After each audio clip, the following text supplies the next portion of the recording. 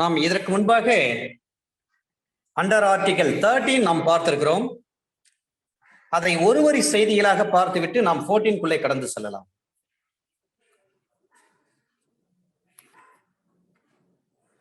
Under article 13 sub article 1 pre constitution என்று சொல்வார்கள்.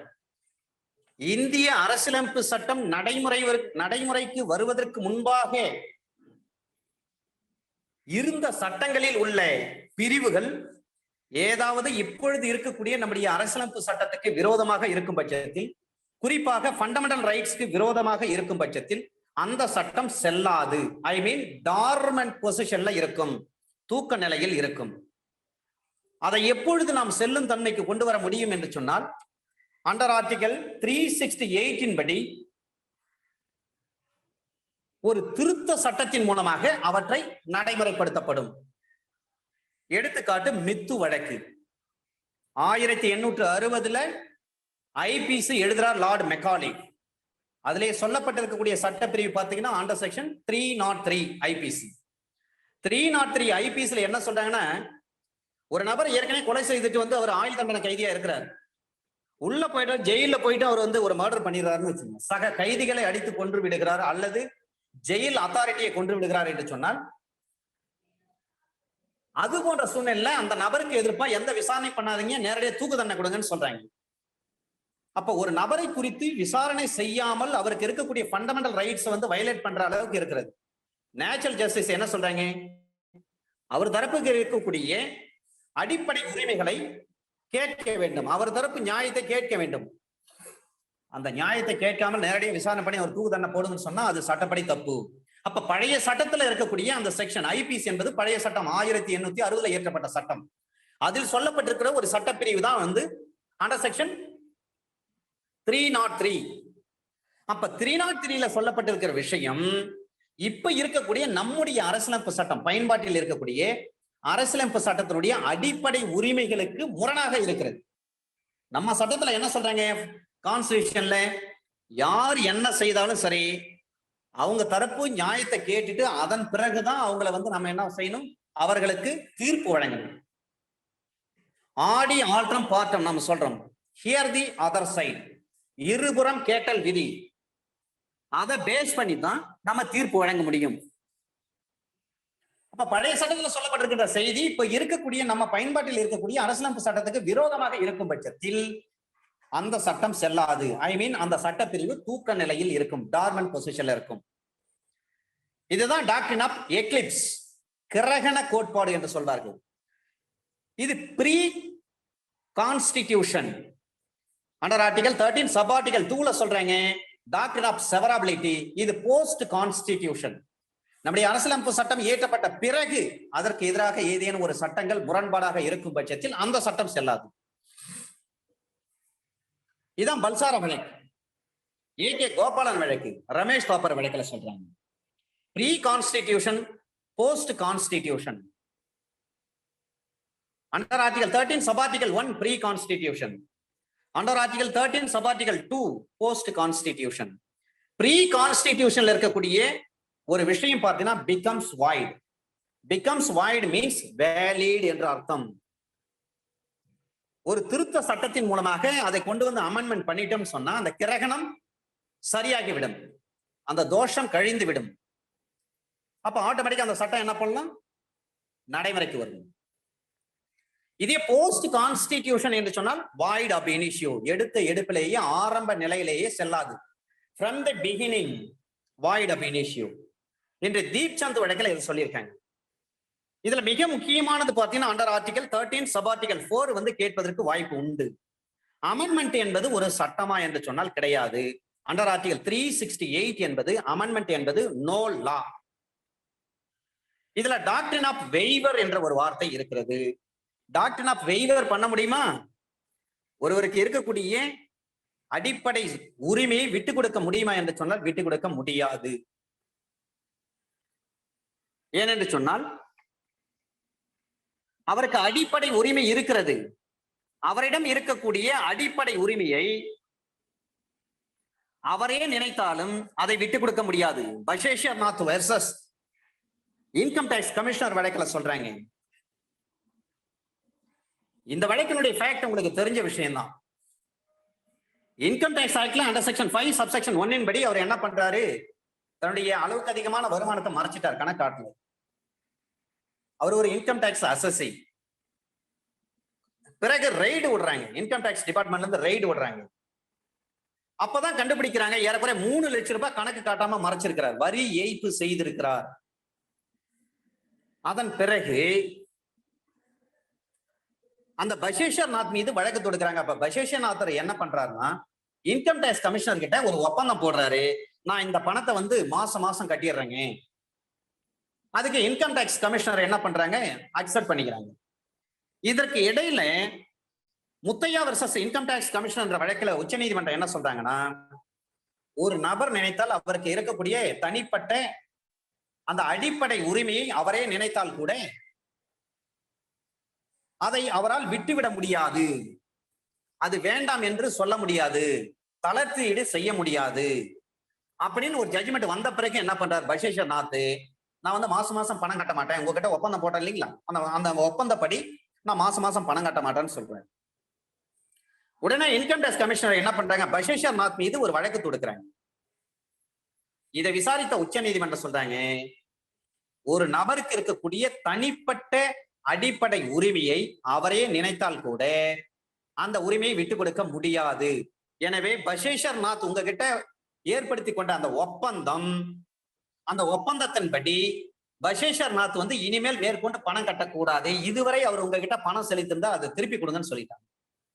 இதுதான் waiver. Under article 13 sub article 4ல சொல்றாங்க, மிக முக்கியமானது. இது கேள்வி கேட்பாங்க. Right. Under article 14, under article 14 பொறுத்தவரை all are equal before law என்று நாம் படித்திருக்கிறோம். சட்டத்திற்கு முன்பாக அனைவரும் சமம் என்று நாம் படித்திருக்கிறோம். ஆனாலும் கூட ஈக்குவாலிட்டி பிஃபோர் லா என்பது, சட்டத்தின் முன் சமம் என்பது இந்த கோட்பாடு எங்கன்னா பிரிட்டிஷ்ல இருந்து வந்த கோட்பாடு. இங்க ஈக்குவல் ப்ரொடெக்ஷன் ஆஃப் லாஸ் இருக்கிறதா, இது அமெரிக்காவில இருந்து வந்த கோட்பாடு. சட்டங்களில் சம பாதுகாப்பு இருக்கிறதா, அதை பார்க்க வேண்டும். சட்டத்தின் முன் அனைவரும் சமம் என்பது பிரிட்டிஷ் கோட்பாடு. சட்டங்களின் சம பாதுகாப்பு என்பது அமெரிக்க ஐக்கிய அரசியலமைப்பு சட்டத்தில் சொல்லப்பட்டிருக்கக்கூடிய விஷயம். எனவே அண்டர் ஆர்டிகல் 14 பொறுத்தவரை இது ஒரு முழுமையானதா, இது ஒரு கேள்வி. அண்டர் ஆர்டிகல் 14 வந்து இஸ் நாட் அப்சல்யூட். ஏனென்று சொன்னால், சட்டத்தின் முன் அனைவரும் சமம் என்றோ அல்லது அனைவருக்கும் சட்டங்களினுடைய சம பாதுகாப்பு வழங்கப்பட வேண்டும் என்றோ வலியுறுத்தி சொல்லவில்லை. எனவே இது வந்து அப்சல்யூட் கிடையாது. ஏன்னா பிறகு நம்ம உள்ளே பார்க்க போறோம், அடுத்த ஆர்டிகல்ல நம்ம பார்க்க போறோம் அண்டர் ஆர்டிகல் 14 பற்றி. Chiranjit Lal versus union of India இந்த வழக்கிலும் அதை தான் சொல்றாங்க. இதை பார்ப்பதற்கு முன்பாக ஆர்டிகல் 14 அப்ளைஸ் டு யாருக்கு பொருந்தும், அது ஒரு கேள்வி. இன்டர்வியூல இந்த மாதிரி கொஸ்டின் கேட்கறாங்க, பிரிலிமினரி எக்ஸாம்ல இந்த மாதிரி கொஸ்டின் நிறைய கேட்கறாங்க. ஆர்டிகல் 14 யாருக்கு பொருந்தும்? இது சிட்டிசனுக்கும் பொருந்தும், நான் சிட்டிசனுக்கும் பொருந்தும். ஃபர்ஸ்ட் பாயிண்ட், இதை நோட் இட் டவுன். ஏன்னா இந்த மாதிரி கேள்வி கேட்டாங்கன்னா நீங்க பதில் சொல்ல தயாராகும். சிட்டிசனுக்கும் பொருந்தும், நான் சிட்டிசனுக்கும் பொருந்தும். ஃபர்ஸ்ட் கேள்வி, அதற்கான ஆன்சர். இதனுடைய கேரண்டிஸ் பாத்தீங்கன்னா rule of law. Article 14 is a rule of law, சட்டத்தின் ஆட்சி. இந்த ரூல் ஆஃப் லா முதல்ல எங்க பயன்படுத்துறாங்கன்னு சொன்னா, எட்வர்டு கர்க் அவர் தான் பயன்படுத்துறாரு.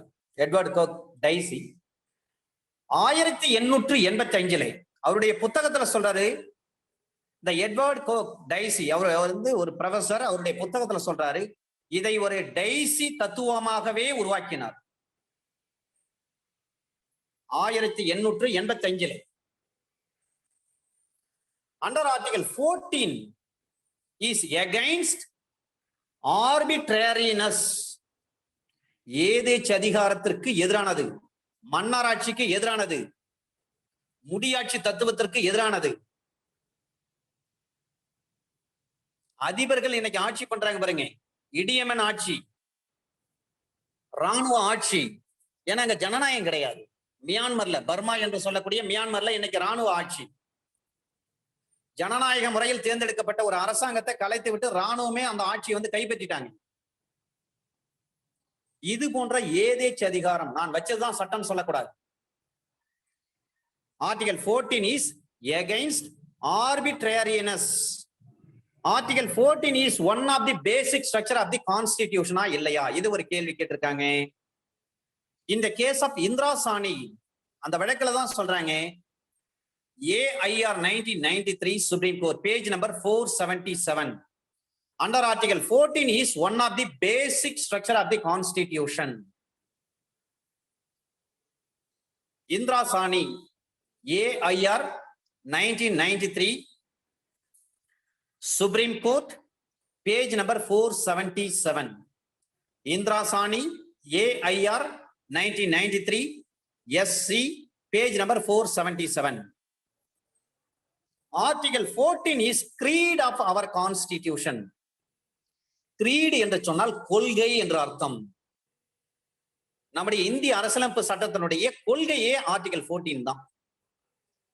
இதை சொன்ன வழக்கு Indira Gandhi versus Raj Narayan. Indira Nehru Gandhi versus Raj Narayan. AIR 1975 Supreme Court page number 2299. Article 14 is creed of our constitution. In the case of Indira Nehru Gandhi versus Raj Narayan, AIR 1975 Supreme Court, page number 2299. Article 14 is equal, more or less, under Article 6 and 7 of the Universal Declaration of Human Rights. சர்வதேச மனித உரிமைகள் பிரகடனத்தில் சொல்லப்பட்டிருக்கக்கூடிய அந்த universal declaration of human rights under article 6 under article 7 அதற்கு ஈக்குவலானதுதான் நம்முடைய article 14. நம்முடைய கான்ஸ்டிடியூஷன்ல under article 14 நாம் சொல்லப்பட்டு வைத்திருப்பது universal declaration of human rights under article 6 and 7க்கு ஈக்குவலானது. அண்டர் ஆர்டிகல் 14 எதை தடை செய்கிறது? Article 14 prohibits class legislation. Class legislation, ஒரு குறிப்பிட்ட சாதிக்கு என்று நீங்கள் ரிசர்வ் பண்ணாதீங்க, குறிப்பிட்ட வகுப்புக்கு என்றுதான் ரிசர்வ் பண்ண வேண்டும். சட்டத்தை இயற்றிய மேதை அம்பேத்கர் அவர்களால் எழுதப்பட்ட வார்த்தை வகுப்பு, காஸ்ட் கிடையாது. அங்கே கிளாஸ் லெஜிஸ்லேஷன் சொல்றாங்க. பட் ரீசனபிள் கிளாஸஸ் இருந்துச்சுன்னா நீங்க அவர்களுக்கு என்று தனியாக ஒரு சட்டத்தை வகுக்கலாம். Reasonable class legislation is permitted. But reasonable classification is admitted. But what test is to be applicable for reasonable classification? 3 விஷயங்களை சொல்றாங்க சார். இந்த ரீசனபிள் கிளாசிபிகேஷனுக்கு எந்தெந்த டெஸ்டை யூஸ் பண்ணணும்? இந்த 3 சோதனைகளின் அடிப்படையில் தான் நீங்க ரீசனபிள் லெஜிஸ்லேஷனை கொண்டு வர முடியும். ஒன்று ஆர்பிட்ரரினஸ், ஏதேச்ச அதிகாரம். இன்னொன்று ஆர்டிபிஷியல்னஸ், ஒரு ஆர்டிபிஷியல்னஸ் வரக்கூடாது, செயற்கை தன்மையாக இருக்கக்கூடாது. மூன்றாவது இவாசிவ்னஸ், ஒரு எவாசிவ்னஸ் இருக்கக்கூடாது, வழுவக்கூடாது. இந்த கழுவுன மீன்ல நழுவுற மீன் சொல்லுவாங்க கிராமத்துல. இதனுடைய அர்த்தம் என்னன்னா தெளிவா இருக்கணும்னு அர்த்தம், தீர்க்கமா இருக்கணும், அசட்டைனா இருக்கணும், கிளியரா இருக்கணும்னு அர்த்தம். எனவே இந்த 3 நிலைகளும் இருக்கக்கூடாது. இந்த 3 டெஸ்ட் தான் பார்ப்பாங்க. What is test is to be applicable for reasonable classification. No arbitrariness, no artificialness, no evasiveness. ஏதேச்ச அதிகாரமோ செயற்கத்தன்மையோ வழுவக்கூடாத ஒரு நிலையை இருக்கக்கூடாது. இந்த 3 டெஸ்டின் அடிப்படையில தான் நீங்கள் ரீசனபிள் கிளாஸ் லெஜிஸ்லேஷன் செய்ய முடியும். இதை சொன்ன வழக்கு Aneeroonisa versus state of Maharashtra. Aneeroonisa, ANEEROONISA, Aneeroonisa versus state of Maharashtra, AIR 1953 Supreme Court, page number 91. Aneeroonisa versus state of Maharashtra, AIR 1953 Supreme Court, page number 91. இந்த வழக்கில் தான் உச்ச நீதிமன்றம் இந்த 3 டெஸ்டும் அப்ளை ஆகணும். நோ ஆர்பிட்ரரினஸ் இருக்கு, நோ ஆர்டிபிஷியல்னஸ், நோ எவாசிவ்னஸ், இது 3மே இருக்கக்கூடாது. இந்த 3மே இல்லைன்னு சொன்னா நீங்க ரீசனபிள் கிளாஸ் லெஜிஸ்லேஷனை நீங்க ஏற்படுத்தலாம், which is to be permitted according to law. இன்னொரு வழக்கு air India versus Nargis Mirza, AIR 1981 Supreme Court, page number 1829. Air India versus Nargis Mirza, AIR 1981 Supreme Court, page number 1829. இந்த வழக்கில் பார்த்தீங்கன்னா ஒரு விமானத்தில் பணி செய்யக்கூடிய ஏர் ஹோஸ்டஸ், விமான பணிப்பெண், அந்த விமான பணிப்பெண்களுடைய அப்பாயின்மெண்ட்டும் சரி, அவங்கள எப்ப வேண்டுமானாலும் அவங்கள சர்வீஸ்ல இருந்து நீக்கலாம், அந்த மாதிரி ஒரு ஏதேச்ச அதிகாரம் இருக்கிறது. இத இந்த ஏர் இந்தியா நிறுவனம் இருக்கு. அப்ப அந்த ஏர் இந்தியா அத்தாரிட்டி நினைச்சாங்கன்னா ஒரு பெண்ணை எப்ப வேணாலும் அப்பாயிண்ட் பண்ணலாம், எப்ப வேணாலும் நீக்கலாம். அப்ப அந்த நபருக்கு என்ன அர்த்தம்? ஏதேச்ச அதிகாரம், மன்னர் மாதிரி. அவர் நினைச்சா, அவர் வச்சதுதான் சட்டம், அவர் நினைச்சா வேலைக்கு வைக்கலாம், அவர் நினைச்சா எடுத்துடலாம். அந்த மாதிரி செய்யக்கூடாது. சட்டத்தின்படி நியாயமான அப்பாயின்மெண்ட் இருக்கணும். அவருடைய ரிட்டைர்மெண்ட் என்பதும் நியாயமாகத்தான் இருக்க வேண்டும். இவர் இஷ்டத்துக்கு அப்பாயின்ட் பண்ணி இவர் இஷ்டத்துக்கு வெளியே அனுப்புறதுக்கு என்ன அது மன்னராட்சி? அது கிடையாது. மக்களாட்சி தத்துவத்துல, குடியரசு தத்துவத்துல தான் இந்தியா இயங்குகிறது. எனவே அந்த ஆர்பிட்ரரினஸ் அதுல இருந்தது. அந்த அம்மா கன்சீவா இருக்கிறாங்க, அதனால வந்து ஹேர் ஹோஸ்டஸ் வந்து அந்த மாதிரி இருக்கக்கூடாதுன்னு சொல்லிட்டு டிஸ்மிஸ் பண்றாங்க. அந்த மாதிரி டிஸ்மிஸ் பண்ண தப்பு. இந்த அதிகாரம் யார் கொடுத்திருக்காங்க? அந்த அத்தாரிட்டி கிட்ட இந்த மாதிரி அதிகாரம் இருந்தது, செல்லாதுன்னு சொல்றாங்க. அதை போல இந்திரா நேரு காந்தி வெர்சஸ் ராஜ் நாராயண் வழக்குல கூட சொல்றாங்க, 2 விஷயங்களை சொல்றாங்க.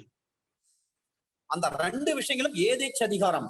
எனவே அது வந்து உச்ச நீதிமன்றம் என்ன செய்யறாங்கன்னா அதுல ரிவ்யூ பண்ணி அது செல்லாதுன்னு சொல்லி டிக்ளேர் பண்ணிட்டாங்க. அதை நம்ம அந்த வழக்கை விரிவா அடுத்த ஆர்டிகல்ல நம்ம பார்க்கலாம். எனவே ஏதேச்ச அதிகாரம் இருக்கக்கூடாது, ஆர்டிபிஷியல்னஸ் இருக்கக்கூடாது, எவாசிவ்னஸ் இருக்கக்கூடாது. சரிங்க, தனிப்பட்ட ஒரு நபரை கிளாஸ் லெஜிஸ்லேஷன் பண்ணிட்டேன்னு சொல்றீங்க. இந்த 3 இல்லைன்னா நீங்க கிளாஸ் லெஜிஸ்லேஷன் கொண்டு வரலாம். தனிப்பட்ட ஒரு நபருக்கு ஒரு சட்டத்தை ஏற்றி கொண்டு வரலாம்னு சொல்லி அனுமதிக்கிறாங்க அரசியலமைப்பு சட்டத்தின்படி. அப்ப தனிப்பட்ட ஒரு நபரை மட்டும் ஒரு கிளாஸ் லெஜிஸ்லேஷன் பண்ண முடியுமா? எளிமையா சொல்லுங்கன்னா, சிதம்பரம் நடராஜர் கோயில் அதை வந்து தமிழக அரசு என்ன பண்றாங்க, கையகப்படுத்திட்டாங்க. உடனே இது சம்பந்தமான வழக்கு போறாங்க. சென்னை உயர்நீதிமன்றம் தமிழக அரசால் கையகப்படுத்தப்பட்டது செல்லுன்னு சொல்லிட்டாங்க. இதை எதிர்த்து உச்ச நீதிமன்றத்துக்கு போறாங்க. உச்ச நீதிமன்றத்துல என்ன வாதங்கள் எடுத்து வைக்கப்பட்டது என்று சொன்னால், இது வந்து ஒரு கிளாஸ் ஆஃப் பீப்புள்ஸ், அவங்க இதை சம்பந்தப்பட்டு இவங்க தொன்று தொட்டு இது அவங்களுடைய கஷ்டம். ஆதி காலத்திலிருந்து அவங்க அந்த கோயிலை நம்பிதான் இருக்கிறாங்க. அவர்கள் வந்து தீட்சிதர்கள் என்று அறிவிக்கப்படுகிறார்கள். எனவே தீட்சிதர்கள் இந்த கோயிலை நம்பிதான் பரம்பரையா இருந்திருக்காங்க. இது வந்து ஒரு கிளாஸ் ஆஃப் பீப்புள். இவங்க இது கிளாஸ் லெஜிஸ்லேஷன், இது சட்டப்படி செல்லும். ஆரம்பத்துல 1926 நினைக்கிறேன், அப்போதைக்கு ஒரு வழக்கு வந்து கடலூர் நீதிமன்றத்துல போட்டிருந்தாங்க. அந்த நீதிமன்றம், அதாவது சிதம்பரம் நீதிமன்றம், அந்த நீதிமன்றத்துல அப்போதைக்கு இருந்த கலெக்டர் வந்து அதுக்கு ரிட்டன் ஸ்டேட்மெண்ட் எதுவுமே போடல, கேஸ் நடத்தல. ஒருதலை பட்சமா தீர்ப்பு ஆயிருக்கு தீட்சிதர்களுக்கு சாதகமா, இத பாருங்கன்னு சொல்லி அந்த ஜட்ஜ்மெண்ட் எல்லாம் எடுத்து உச்ச நீதிமன்றத்துல கொடுத்த பிறகு உச்ச நீதிமன்றம் என்ன சொல்றாங்கன்னா, சிதம்பரம் நடராஜர் கோயிலை வந்து பராமரிக்கக்கூடிய தீட்சிதர்கள் ஒரு கிளாஸ் லெஜிஸ்லேஷன் தான் சட்டப்படி செல்லும். எனவே தமிழக அரசு வந்து அந்த சிதம்பரம் நடராஜர் கோயிலை வந்து கையகப்படுத்தியது செல்லாதுன்னு சொல்லி தீர்ப்பு கொடுத்தாங்க. அப்ப ஒரு குறிப்பிட்ட மக்கள் அதை நம்பியே இருக்கிறாங்க, இவங்க தொன்று தொட்டு வராங்கன்னு சொல்லி நிரூபிக்கப்பட்ட பிறகு அவர்கள் ஒரு கிளாஸ் லெஜிஸ்லேஷன், எனவே இந்த கோயில் அவங்க கட்டுப்பாட்டுல இருக்கிறது செல்லுன்னு சொல்லிட்டாங்க. அப்ப யார் கிளாஸ் பண்றாங்க?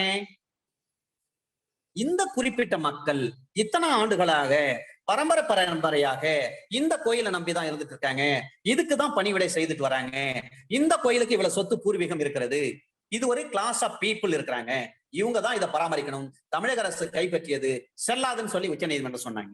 அப்ப தீட்சிதர்கள் என்பவர்கள் ஒரு கிளாஸ் ஆஃப் லெஜிஸ்லேஷனா உச்ச நீதிமன்றம் அங்கீகரித்தது அந்த வழக்கில். அதே போல இந்த கேஸ் பாருங்க, எஸ்பி மிட்டல், அவருடைய இனிஷியல் வந்து SP Mittal, 1983 supreme court, page number 1. SP Mittal 1983 supreme court, page number 1. இந்த கேஸ் எஸ்பி மிட்டல் கேஸ சுருக்கமா எவ்வாறு அழைப்பார்கள் என்று சொன்னால் ஆரோவில் கேஸ். இந்த ஆரோவில் என்ற ஏரியா எங்கே இருக்கிறது என்று சொன்னால் புதுச்சேரியில் இருக்கு, பாண்டிச்சேரியில் இருக்கு. ஆரோவில் என்ற ஏரியா வந்து சர்வதேச நகரம். அந்த ஒரு இடத்தை மட்டும் ஒரு தனியான கிளாஸ் லெஜிஸ்லேஷன் பண்ண முடியுமானா பண்ண முடியும். அப்ப தனிப்பட்ட whether one person can be constitute a class legislation என்று சொன்னால் எஸ், அந்த ஒரு குறிப்பிட்ட நபரை மட்டும் கிளாஸ் லெஜிஸ்லேஷன் பண்ண முடியுமானா பண்ண முடியும். அவர் ஒரு நபராக இருந்தாலும் பரவாயில்லை, கிளாஸ் லெஜிஸ்லேஷன் செய்யலாம். இதற்கு எடுத்துக்காட்டு Auroville case, SP Mittal 1983 supreme court, page number 1. இப்ப கிளாஸ் லெஜிஸ்லேஷன் பண்ணலாமா என்று சொன்னால் செய்ய முடியும். நிறைய வழக்குகள் இருக்கிறது. இப்ப நியாயமான இந்த டெஸ்ட் தான் பயன்படுத்த, இந்த சோதனை நியாயமான வகைப்பாட்டு சோதனை, தமிழ்ல ஆங்கிலத்துல டெஸ்ட் ஆஃப் ரீசனபிள் கிளாசிபிகேஷன்.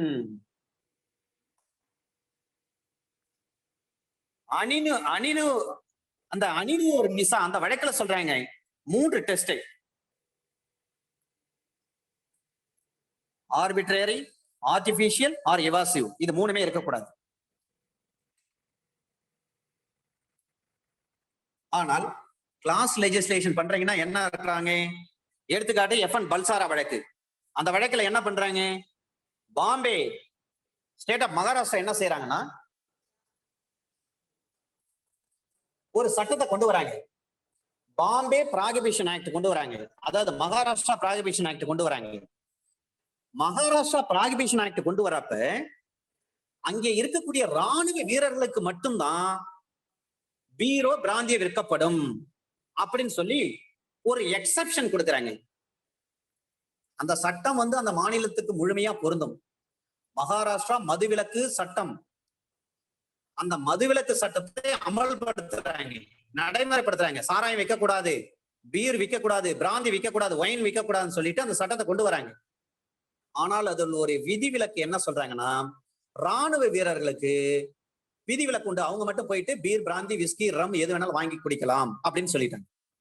உடனே எஃப்என் பல்சாரா என்ன பண்றாரு, ஒரு கேஸ் போடுறாரு.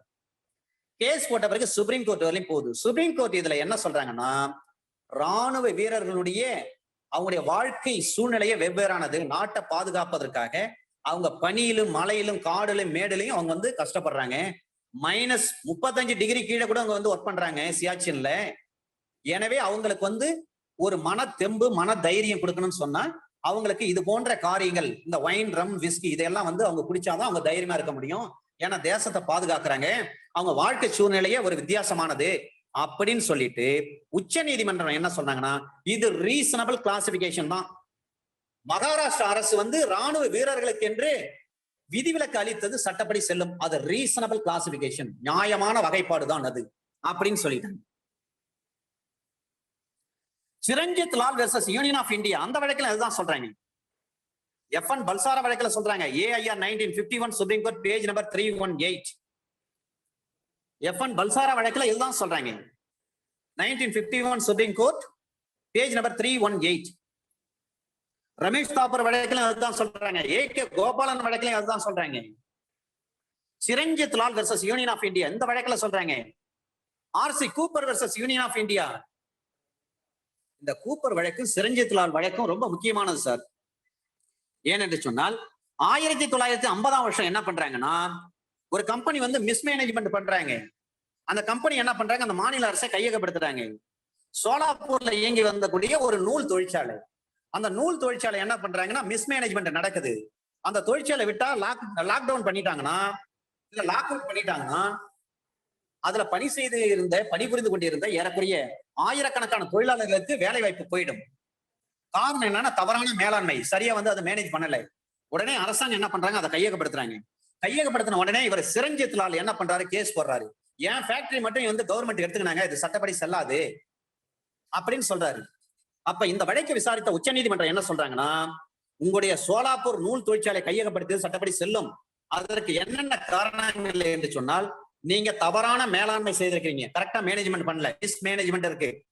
ரெண்டாவது, உங்க கம்பெனி இப்படியே போச்சுன்னா கம்பெனி வந்து இழுத்து மூட வேண்டியதுதான். உங்க கம்பெனி இழுத்து மூடனா பல்லாயிரக்கணக்கான தொழிலாளர்களுடைய வாழ்வாதாரம் பாதிக்கப்படும், வேலை வாய்ப்பு பறிக்கப்படும், வேலை எல்லாம் போயிடுவாங்க. எனவே அரசாங்கம் இவற்றை கையகப்படுத்தியது சட்டப்படி செல்லும். இதுதான் சிரஞ்சித் லால் வழக்குல சொன்னாங்க. இன்னொரு விஷயத்தை, மூன்றாவது ஒரு விஷயத்த சொல்றாங்க சுப்ரீம் கோர்ட். உங்க நூல் தொழிற்சாலை மட்டும் கைப்பற்றப்பட்டது வந்து சட்டப்படி செல்லாதுன்னு நீங்க கேக்குறீங்க இல்லைங்களா? உங்களை மாதிரியே பாதிக்கப்பட்டவங்க யார் யாரு அந்த மாதிரி இருக்கிறாங்க, அதை நீங்க ஏதாவது கோர்ட்ல வந்து நீங்க ப்ரூவ் பண்ணீங்களா? அப்ப அவர் ப்ரூவ் பண்ணல. இந்த மூன்று விஷயங்கள் தான் டிஸ்கஸ் பண்றாங்க. Chiranjit Lal versus union of India, AIR 1951, supreme court, page number 41.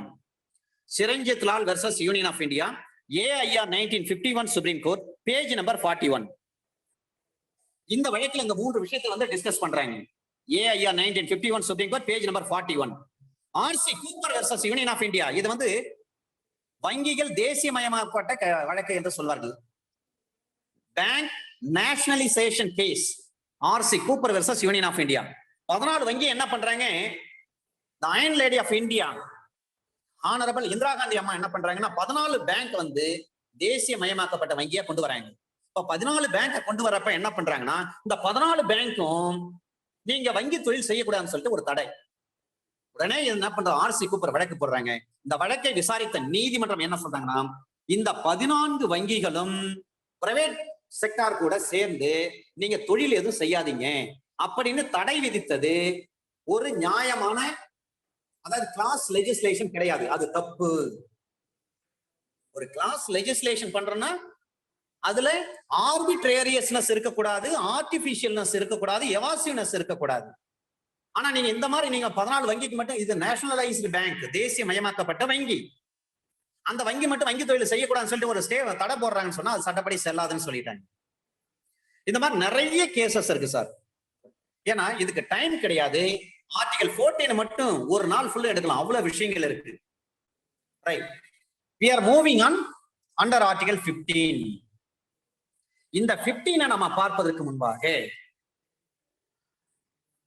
இந்த 15ல என்னென்ன விஷயங்கள் இருக்கிறது ஏனென்று சொன்னால், ஆர்டிகல் 14ல சொல்றாங்க all are equal before law, சட்டத்துக்கு முன்னாடி எல்லாம் சமன் சொல்றாங்க. ஆனால் அது அப்சல்யூட்டான அப்சல்யூட் கிடையாது. அது எங்க கிடையாது என்பதுதான் அடுத்த ஆர்டிகல். இதுதான் article 15. Under Article 15, prohibition of discrimination on the grounds of race, religion, caste, sex, place of birth. நீங்க அந்த மாதிரி ஏதாவது செய்ய முடியுமா? இதுதான் ஒரு கேள்வி. ஏனென்று சொன்னால், எந்த ஒரு குடிமகனாக இருந்தாலும் சரி, அந்த குடிமகனுடைய மதம் சம்பந்தமாகவோ அல்லது இன ரீதியாகவோ, மத ரீதியாகவோ, சாதி ரீதியாகவோ, ஜெண்டர் என்று சொல்லக்கூடிய பால் ரீதியாகவோ, அல்லது அவர் பிறந்த இடத்தை வைத்து பிறப்பிடத்தை சம்பந்தப்படுத்தியோ நீங்க எந்தவித பாகுபாடையும் காட்டக்கூடாது. மத ரீதியாக பாகுபடுத்தி பார்க்காதீர்கள். ஏன்னா பல இனங்களின் கண்காட்சி தான் இந்தியா. பல மதங்கள் சேர்ந்தது, பல இனங்கள் சேர்ந்தது, பல கலாச்சாரங்கள் சேர்ந்து, பல்வேறு பழக்க வழக்கங்கள், நாகரிகங்கள், பண்புகள், குணநலன்கள், குணாதிசயங்கள், இதையெல்லாம் சேர்ந்ததுதான் இந்தியா. இந்தியாவுக்கு சுதந்திரம் கொடுக்கின்ற பொழுது சில நாடுகள்லாம் என்ன நினைச்சாங்கன்னா, இந்த இந்தியா வந்து சிதறண்டு போயிடும் அப்படிதான் நினைச்சாங்க. ஏன்னா வெவ்வேறு மொழிகள் பேசுறாங்க, வெவ்வேறு இனங்கள் இருக்கிறது, வெவ்வேறு மதங்கள் இருக்கிறது அப்படின்னு எல்லாம் நினைச்சாங்க. ஆனா இது மற்ற நாடுகளுடைய எண்ணத்தை எல்லாம் நம்ம பொய்யாக்கிட்டோம்.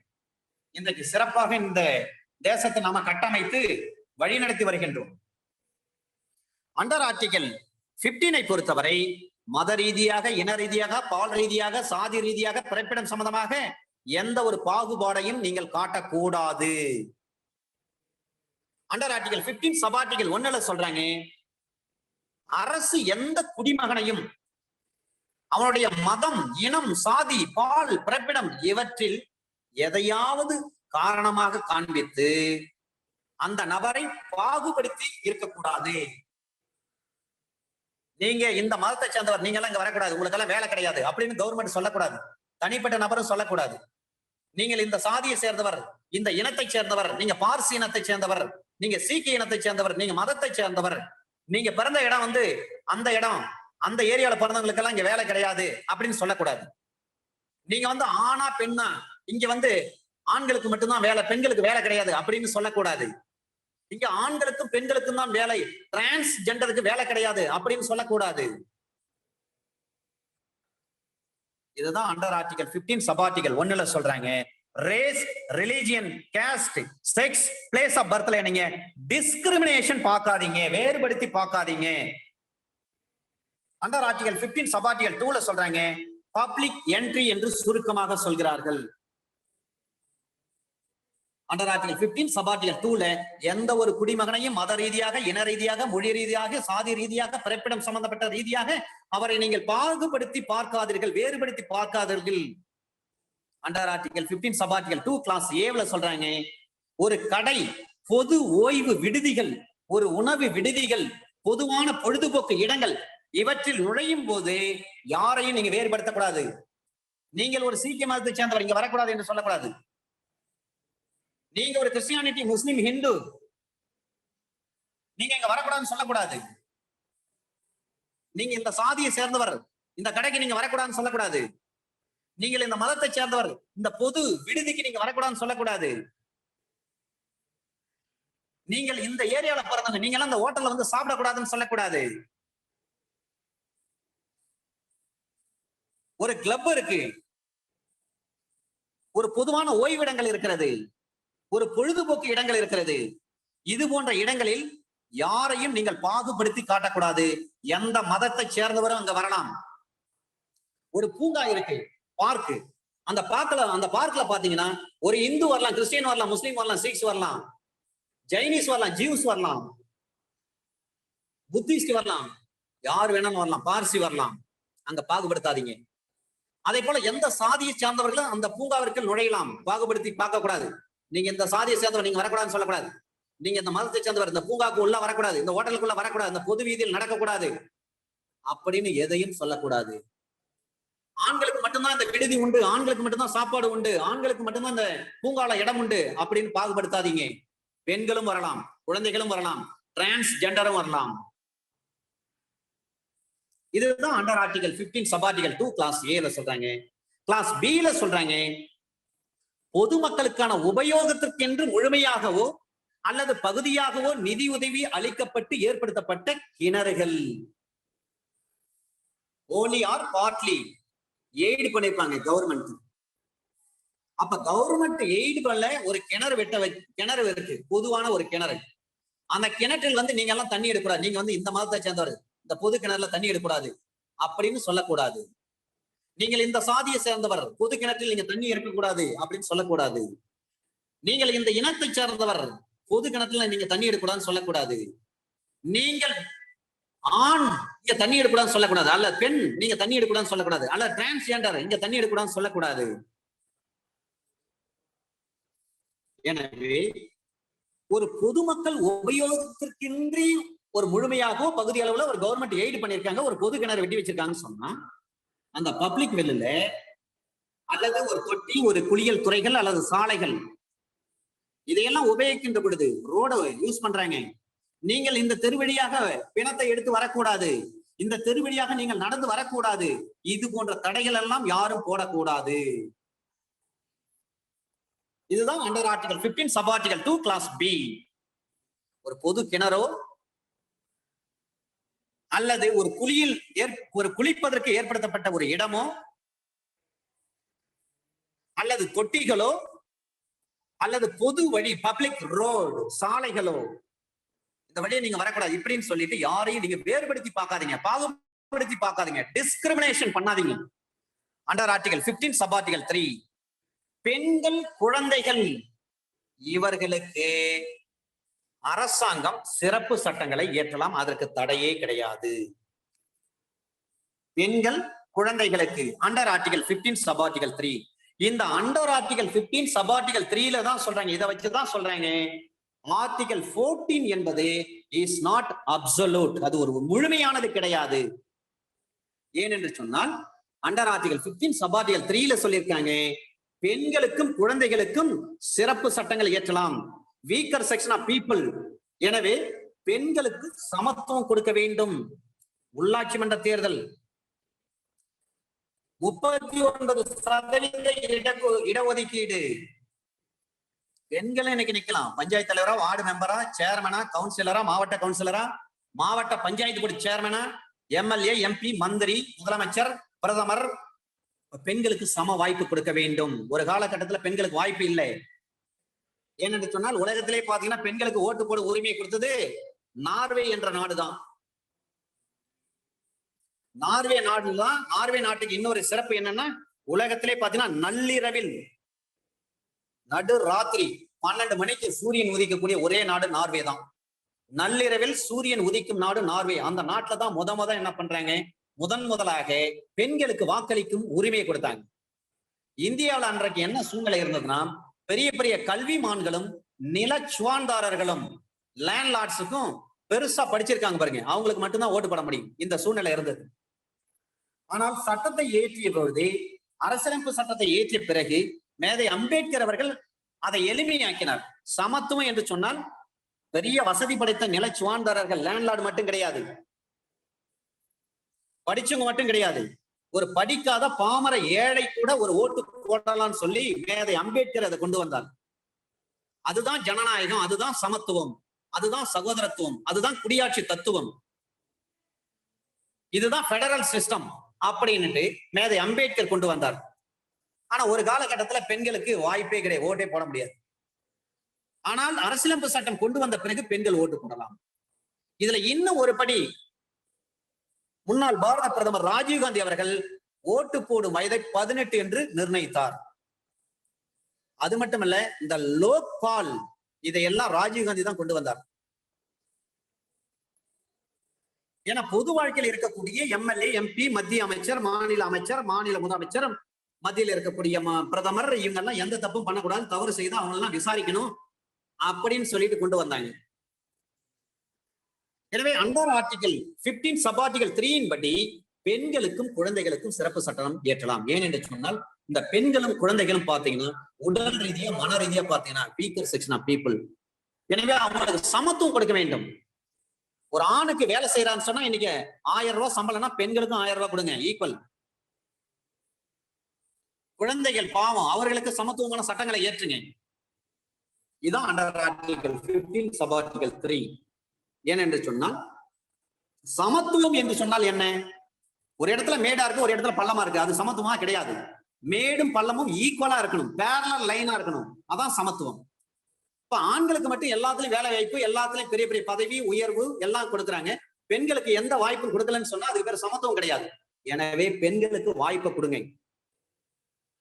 அவங்களையும் கொண்டு வந்து சமமா ட்ரீட் பண்ணுங்க.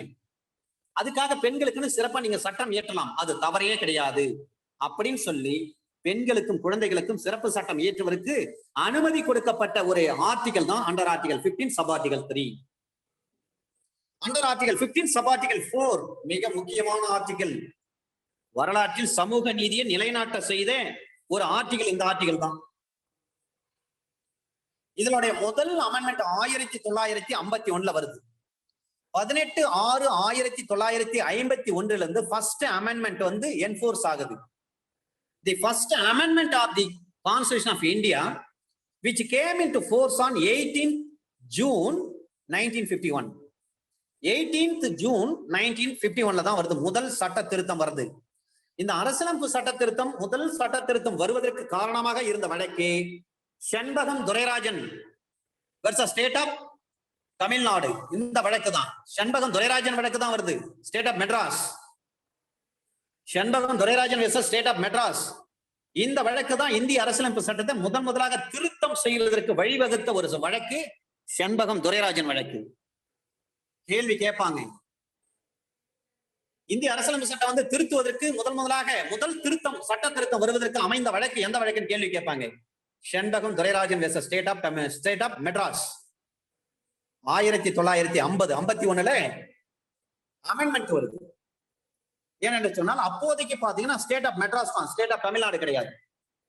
அதன் பிறகுதான் பேரறிஞர் டாக்டர் CN அண்ணாதுரை ஐயா அவர்கள் என்ன பண்றாங்க, 1967 திமுக ஆட்சி பிடிச்ச பிறகுதான் ஸ்டேட் ஆஃப் மெட்ராஸ் வந்து ஸ்டேட் ஆஃப் தமிழ்நாடுன்னு மாத்தினாங்க. இந்த அண்டர் ஆர்டிகல் 15 சப் ஆர்டிகல் 4 பற்றி நாம் படிக்கின்ற பொழுது இதனுடைய முதல் சட்ட திருத்தம் வந்திருக்கிறது 1951. அந்த சட்ட திருத்தம் எப்பொழுது நடைமுறைப்படுத்தப்பட்டது என்று சொன்னால் 18/6/1951.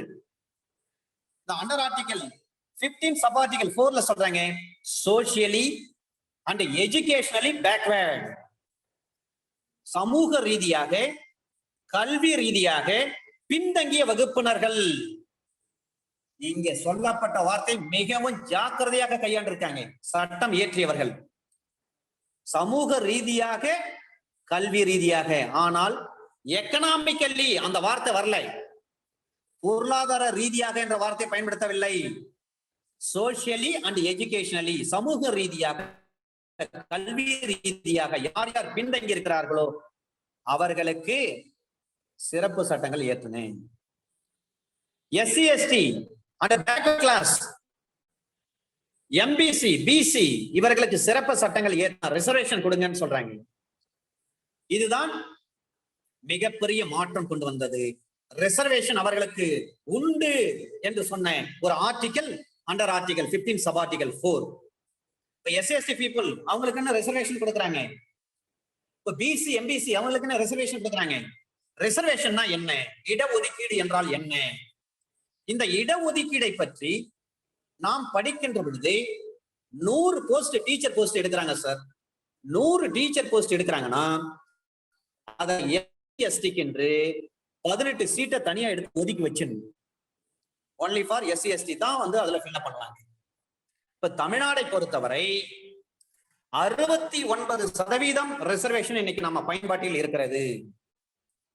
இந்த 69% ரிசர்வேஷனை கொண்டு வந்தது, அதை ஏற்றி கொண்டு வந்து ஷெட்யூல் 9ல கொண்டு வந்து வச்சுட்டாங்க.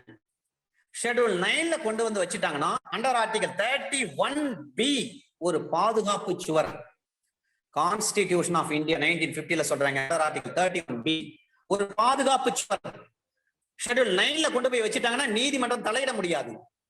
அண்டர் ஆர்டிகல் 15 சப் ஆர்டிகல் 4, இந்த அண்டர் ஆர்டிகல் 15 சப் ஆர்டிகல் 4 பொறுத்தவரை சோசியலி எஜுகேஷனலி பேக்வர்ட், சமூக ரீதியாக பொருளாதார ரீதியாக யார் யார் பின்தங்கி இருக்கிறார்களோ அவர்களுக்கு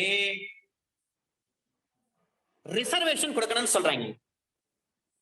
ஆனால் எக்கனாமிக்கலி அந்த வார்த்தை கிடையாது.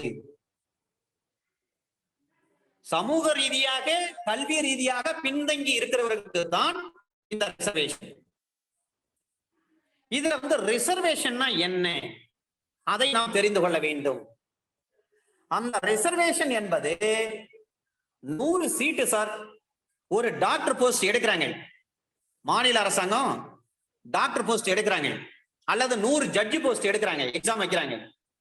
அதுல 18 ஜட்ஜி வந்து SC/ST போடுவாங்க, ஒதுக்கி வச்சிருப்பாங்க. 100 சீட்ல இருந்து 18 சீட் வந்து SC/STக்கு, 22 சீட்டு MBC BCக்கு, 22 சீட் 18, இது ஒரு 22, 40 சீட் போயிடுச்சு. அடுத்தது ஏன்னா இன்னும் 19% இருக்காங்க, பெண்களுக்கான ரிசர்வேஷன் இருக்கு, டிரான்ஸ்கில்டு பர்சனுக்கான ரிசர்வேஷன் இருக்கிறது, முன்னாள் ராணுவ வீரர் ரிசர்வேஷன் இருக்கிறது, விடோ ரிசர்வேஷன் இருக்கிறது. இது எல்லாம் கூட்டினா 69% ரிசர்வேஷன். அப்ப ரிசர்வேஷன்னா என்ன, இட ஒதுக்கீடுன்னா என்ன, ஒரு இடத்தை இவர்களுக்கு ஒதுக்கீடு செய்வதுதான் இடஒதுக்கீடு. 100 சீட் இருக்குதுன்னா 100 சீட்ல வந்து எஸ்சி எஸ்டி 18 சீட் கண்டிப்பா கொடுத்தாங்க. 22 சீட்டு வந்து பிசி எம்பிசிக்கு ஒதுக்கி ஆகணும், கொடுத்தே ஆக வேண்டும். மீதி இருக்கக்கூடிய 19 ரிசர்வேஷன் பாத்தீங்கன்னா எல்லாத்துக்கும் 1 by 1 சொல்லி போடுறாங்க. கவர்மெண்ட்டுக்கு 1 சென்ட் இடம் வந்து நீங்க இலவசமா கொடுத்திருந்தா கூட அவங்களுக்கு ரிசர்வேஷன் போதும் சார். இந்த விஷயம் நிறைய பேருக்கு தெரிய மாட்டேங்குது. கவர்மெண்ட்டுக்கு நேரம் கொடுத்திருப்பாங்க, 1 cent 1/2 cent 1 acre 1/2 acre 4 acre கொடுத்துருப்பாங்க. அந்த மாதிரி யாராவது கிஃப்ட் பண்ணிருக்கீங்கன்னா அந்த டீடை வச்சுட்டு நீங்க ரிசர்வேஷன் வாங்க முடியும். அந்த குடும்பத்துல உள்ளவங்களுக்கு அரசு வேலை வாய்ப்பு ஏற்கின்ற பொழுது அவங்களுக்கு பெர்ஃபரன்ஸ் கொடுக்கணும், ரிசர்வ் பண்ணணும் அவங்களுக்கும். இதையும் கூடுதலாக தெரிந்து கொள்ளுங்கள். அண்டர் ஆர்டிகல் 15 சப் ஆர்டிகல் 4 இதுதான் தந்தை பெரியார் அவர்கள் எரித்தார். எதற்காக என்று சொன்னால், சமூக ரீதியாக கல்வி ரீதியாக பின்தங்கிய மக்களுக்கு நீங்க ரிசர்வேஷன் கொடுங்க சார். அதை கொடுக்கவில்லை என்று சொன்னால் இந்த அரசியலமைப்பு சட்டத்தை நான் எரிக்க போகிறேன்னு சொல்றேன். ராஜாஜி எவ்வளவு பேசுறாரு பெரியார் கிட்ட, இந்த போராட்டத்தை நீங்க வந்து கைவிடணும், அரசியலமைப்பு சட்டத்தை வந்து எரிப்பது வந்து விரோதம், அது தேச விரோதமா மாறிடும், நீங்க கைவிட்டே ஆகணும்னு சொல்லி எவ்வளவு பேசுறார் ராஜாஜி. ராஜாஜி அவரை எவ்வாறு அழைப்பார்கள் என்று சொன்னால், உச்சந்தலை முதல் உள்ளங்கால் வரை மூளையுள்ள ஒரு மனிதர் என்று அழைப்பார்கள். அதனால்தான் அவருக்கு பேர் பட்டம் பாருங்க, மூதறிஞர் ராஜாஜின்னு சொல்லுவாங்க. மூதறிஞர் அந்த அளவுக்கு அறிவாளி அவர். ராஜாஜி அந்த அளவுக்கு அறிவாளி. சேலம் கோர்ட்ல தான் அட்வொகேட்டா பிராக்டிஸ் பண்ணார் அவரு. அதனால்தான் சுதந்திர இந்தியாவுடைய முதல் கவர்னர் ஜெனரல் ராஜாஜி. அதையும் மறக்கூடாது, ஏன்னா ஜெனரல் நாலேஜும் கேட்கிறாங்க. சுதந்திர இந்தியாவுடைய முதல் கவர்னர் ஜெனரல் ராஜாஜி. அந்த ராஜாஜினுடைய மகளைத்தான் மகாத்மா காந்தியினுடைய வளர்ப்பு மகனுக்கு திருமணம் செய்து வச்சாங்க. சம்பந்தி அவர். ராஜாஜி வந்து மகாத்மா காந்திக்கு சம்பந்தி. ராஜாஜி வந்து அப்ப காங்கிரஸ்ல இருக்காரு, முதலமைச்சராக இருந்தவரே. அவர் வந்து தந்தை பெரியார் கிட்ட எவ்வளவு மன்றாடுறாரு, நீங்க இந்த போராட்டத்தை கைவிடணும், அண்டர் ஆர்டிகல் 15 சப் ஆர்டிகல் 4 வந்து நீங்க எரிக்க போறீங்கன்னு சொல்றீங்க, இதை நீங்க கைவிடுங்கன்னு சொல்லி கேட்கிறாரு. அதுக்கு தந்தை பெரியார் ஒரு பொழுதும் நான் என் போராட்டத்திலிருந்து விலக மாட்டேன்னு சொல்லிட்டாரு. ஏனென்று சொன்னா, நீங்க ரிசர்வேஷன் கொடுங்க பிசி எம்பிசிக்கு. அப்போதைக்கு வந்து எம்பிசி கிடையாது, வெறும் பிசி தான், பேக்வர்ட் கம்யூனிட்டி. பிற்படுத்தப்பட்ட மக்களுக்கும் பட்டியலினத்து மக்களுக்கும் நீங்கள் வந்து ரிசர்வேஷன் வந்து டிக்ளேர் பண்ணணும். அதை டிக்ளேர் பண்ணாதான் நான் விடுவேன், இல்லைன்னா அந்த சட்ட நகலை நான் எரிப்பேன்னு சொல்லிட்டு இந்த சட்ட நகலை எரித்தார் சமூக நீதி காவலர் தந்தை பெரியார். அந்த ஈரோட்டு சிங்கம் தான் இதுக்கு பிரச்சனைக்கே உண்டு பண்றாரு. அதன் பிறகுதான் ரிசர்வேஷன் எல்லாம் கொஞ்சம் கொஞ்சமா வெளியில வருது. ரிசர்வேஷன் வர்றதுக்கு இதான் காரணம். என்னைக்குமே ஒரு ஆட்சியாளர் இருக்காங்கன்னா ஆட்சி பண்ணுவாங்க தான், சில நேரங்கள் அவர்களுக்கு நாம் சுட்டி காட்ட வேண்டும், அது நம்முடைய கடமை. அண்டர் ஆர்டிகல் 15 சப் ஆர்டிகல் 4 இந்த ரிசர்வேஷன் பொறுத்தவரை பொதுவானது. இது general, socially, educationally. Under article 15 sub class 4 of the constitution of இந்தியாவை நீங்க படிக்கின்ற பொழுது under article 16 sub article 4, article 15 sub article 4 பார்க்கின்ற பொழுது ஆர்டிகல் 16 சப் ஆர்டிகல் 4 அதையும் இணைத்து பார்க்க வேண்டும். இப்ப லேட்டஸ்ட் சுப்ரீம் கோர்ட் ஜட்ஜ்மெண்ட் என்ன சொல்றாங்கன்னா, அண்டர் ஆர்டிகல் 15 சப் ஆர்டிகல் 4 விட அண்டர் ஆர்டிகல் 16 சப் ஆர்டிகல் 4 தான் மேன்மையானது, உயர்ந்ததுன்னு சொல்லியிருக்காங்க. லேட்டஸ்ட் ஜட்ஜ்மெண்ட் சுப்ரீம் கோர்ட் சொல்லியிருக்காங்க. சரிங்க, அண்டர் ஆர்டிகல் 16 சப் ஆர்டிகல் 4ல என்ன சொல்லியிருக்காங்க, பேக்வர்ட் கிளாஸ் சொல்றாங்க. அங்கதான் மண்டல் கமிஷன் உள்ள வராங்க, அங்கதான் இந்திராசாணி உள்ள வந்து குதிக்கிறாங்க. இந்திராசாணி கேஸ் தான் மண்டல் கமிஷன் வழக்குன்னு சொல்றாங்க. அண்டர் ஆர்டிகல் 15 அதை வந்து நம்ம அடுத்த ஆர்டிகல்ல விரிவா பார்க்கலாம். எனவே தந்தை பெரியார் வந்து சட்ட எரிப்பு போராட்டம் நடத்தியது under article 15 sub article 4. Socially educationally people யார் இருக்காங்களோ, சமூக ரீதியாக கல்வி ரீதியாக பின்தங்கிய மக்கள் யார் யார் இருக்கிறார்களோ அவர்களுக்கு ரிசர்வேஷன் கொடுங்கன்னு சொல்லி கேட்டு அந்த ஆர்டிகல் நகலையே வந்து எரிச்சார். Under article 15 sub article 5 admission in education institution, admission in educational institution, கல்வி நிலையங்களில் சேர்க்கை நடைபெறுகின்ற பொழுது அங்கே நீங்கள் ரிசர்வேஷன் கொடுக்க வேண்டும். நீங்க பிரைவேட் செக்டரா இருக்கலாம், செல்ஃப் பைனான்சிங் இன்ஜினியரிங் காலேஜா இருக்கலாம், மெடிக்கல் காலேஜா இருக்கலாம், அல்லது வந்து ஆர்ட்ஸ் அண்ட் சயின்ஸ் காலேஜா இருக்கலாம். நீங்க அட்டானமஸ் பவர் இருக்கலாம், உங்களுக்கு அட்டானமஸ் பவர் இருக்கலாம், டீம்டு நீங்க யூனிவர்சிட்டியா இருக்கலாம்.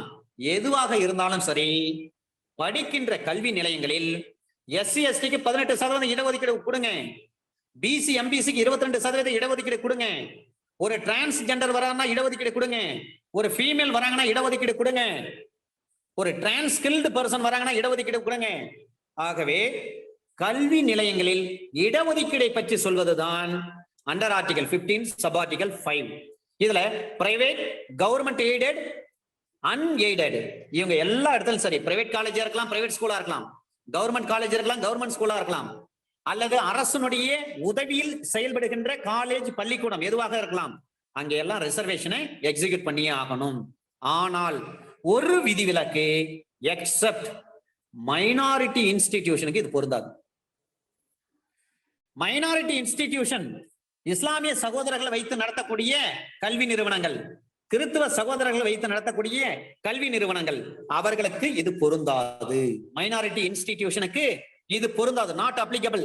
93வது சட்ட திருத்தம், அரசியலமைப்பு சட்ட திருத்தம் 20/1/2006 இருந்து இது நடைமுறைக்கு வருகிறது. அப்ப மைனாரிட்டி இன்ஸ்டிடியூஷன் பத்தி படிக்கின்ற பொழுது நம்ம அண்டர் ஆர்டிகல் 29, அண்டர் ஆர்டிகல் 30 நம்ம பிறகு பார்க்க போகிறோம். இப்ப கல்வி நிலையங்கள்ல ரிசர்வேஷனை நீங்க ஃபாலோ பண்ணுங்கன்னு சொல்லிட்டாங்க. ஆனால் ஒரு எக்ஸப்ஷன், மைனாரிட்டி இன்ஸ்டிடியூஷனுக்கு இது பொருந்தாது. இது 93வது அரசியலமைப்பு சட்ட திருத்தம் 2005 வந்தது, 20/1/2006 இருந்து நடைமுறைப்படுத்துறாங்க.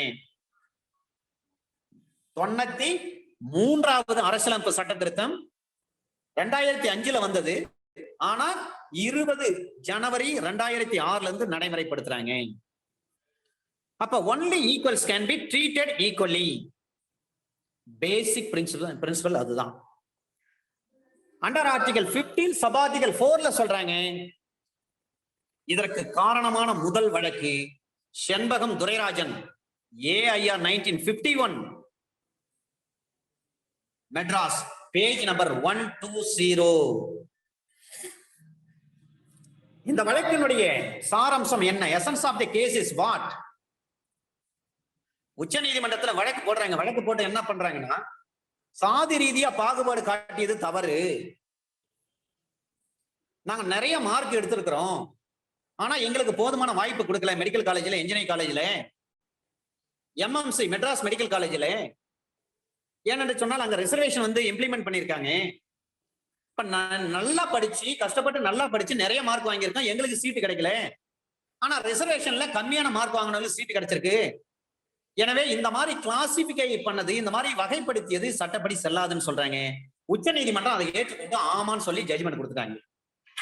எப்படி AK கோபாலன் வழக்கில் ஆரம்பத்துல வந்து AK கோபாலனுக்கு விரோதமாக ஒரு ஜட்ஜ்மெண்ட் கொடுத்து பிறகு 20 வருஷம் கழிச்சு அந்த ஜட்ஜ்மெண்ட் வந்து சரியல்ல, அதன் பிறகு உச்ச நீதிமன்றம் வேற ஒரு தீர்ப்பு கொடுத்தாங்க.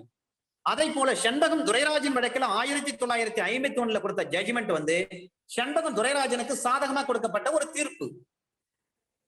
அதன் பின்னிட்டு வந்த வழக்குகள் தான் சொல்றாங்க அதாவது கிளாஸ் லெஜிஸ்லேஷன் பொறுத்தவரை ரீசனபிள் கிளாசிபிகேஷன் இருந்துச்சுன்னா செல்லுன்னு சொல்லிட்டாங்க. செண்பகம் துரைராஜன் கேஸ் அதன் பிறகு அடிபட்டு போச்சு, ஓவர் ரூல் ஆகி போச்சு. அரசியலமைப்பு சட்டம் திருத்தப்படுவதற்கு முதல் அரசியலமைப்பு சட்ட திருத்தம் கொண்டு வருவதற்கு காரணமான வழக்கு Champakam Dorairajan, AIR 1951, Madras, page number 120. சரிங்க, சாதி ரீதியா இடஒதுக்கீடு கொடுக்கலாமா? கொடுக்க கூடாது. அண்டர் ஆர்டிகல் 15ல சொல்றாங்க, இந்த 15 யாருக்கு பொருந்தும்?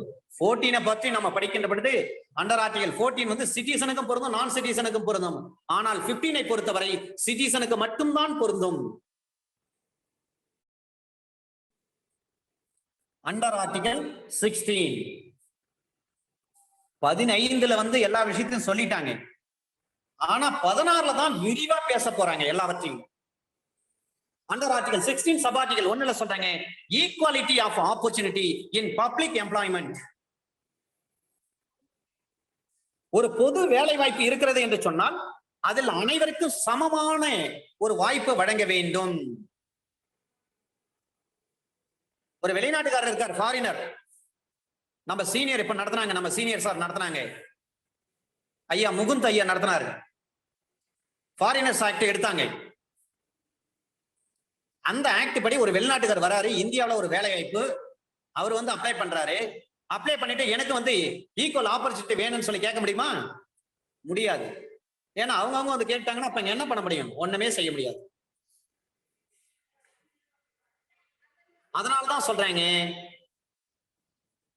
இந்த ஆர்டிகல் 15 வந்து சிட்டிசனுக்கு மட்டும்தான் பொருந்தும். ஆனால் ஆர்டிகல் 16 இத கேள்வியா நீங்க ஒரு குறிப்பு எடுத்துக்கணும் சார். கண்டிப்பா இது கொஸ்டினா கேட்பாங்க. ஆர்டிகல் 14 யாருக்கு பொருந்தும்? சிட்டிசன், நான் சிட்டிசன். ஆர்டிகல் 15 யாருக்கு பொருந்தும்? சிட்டிசனுக்கு மட்டும்தான் பொருந்தும். ஆர்டிகல் 16 யாருக்கு பொருந்தும்?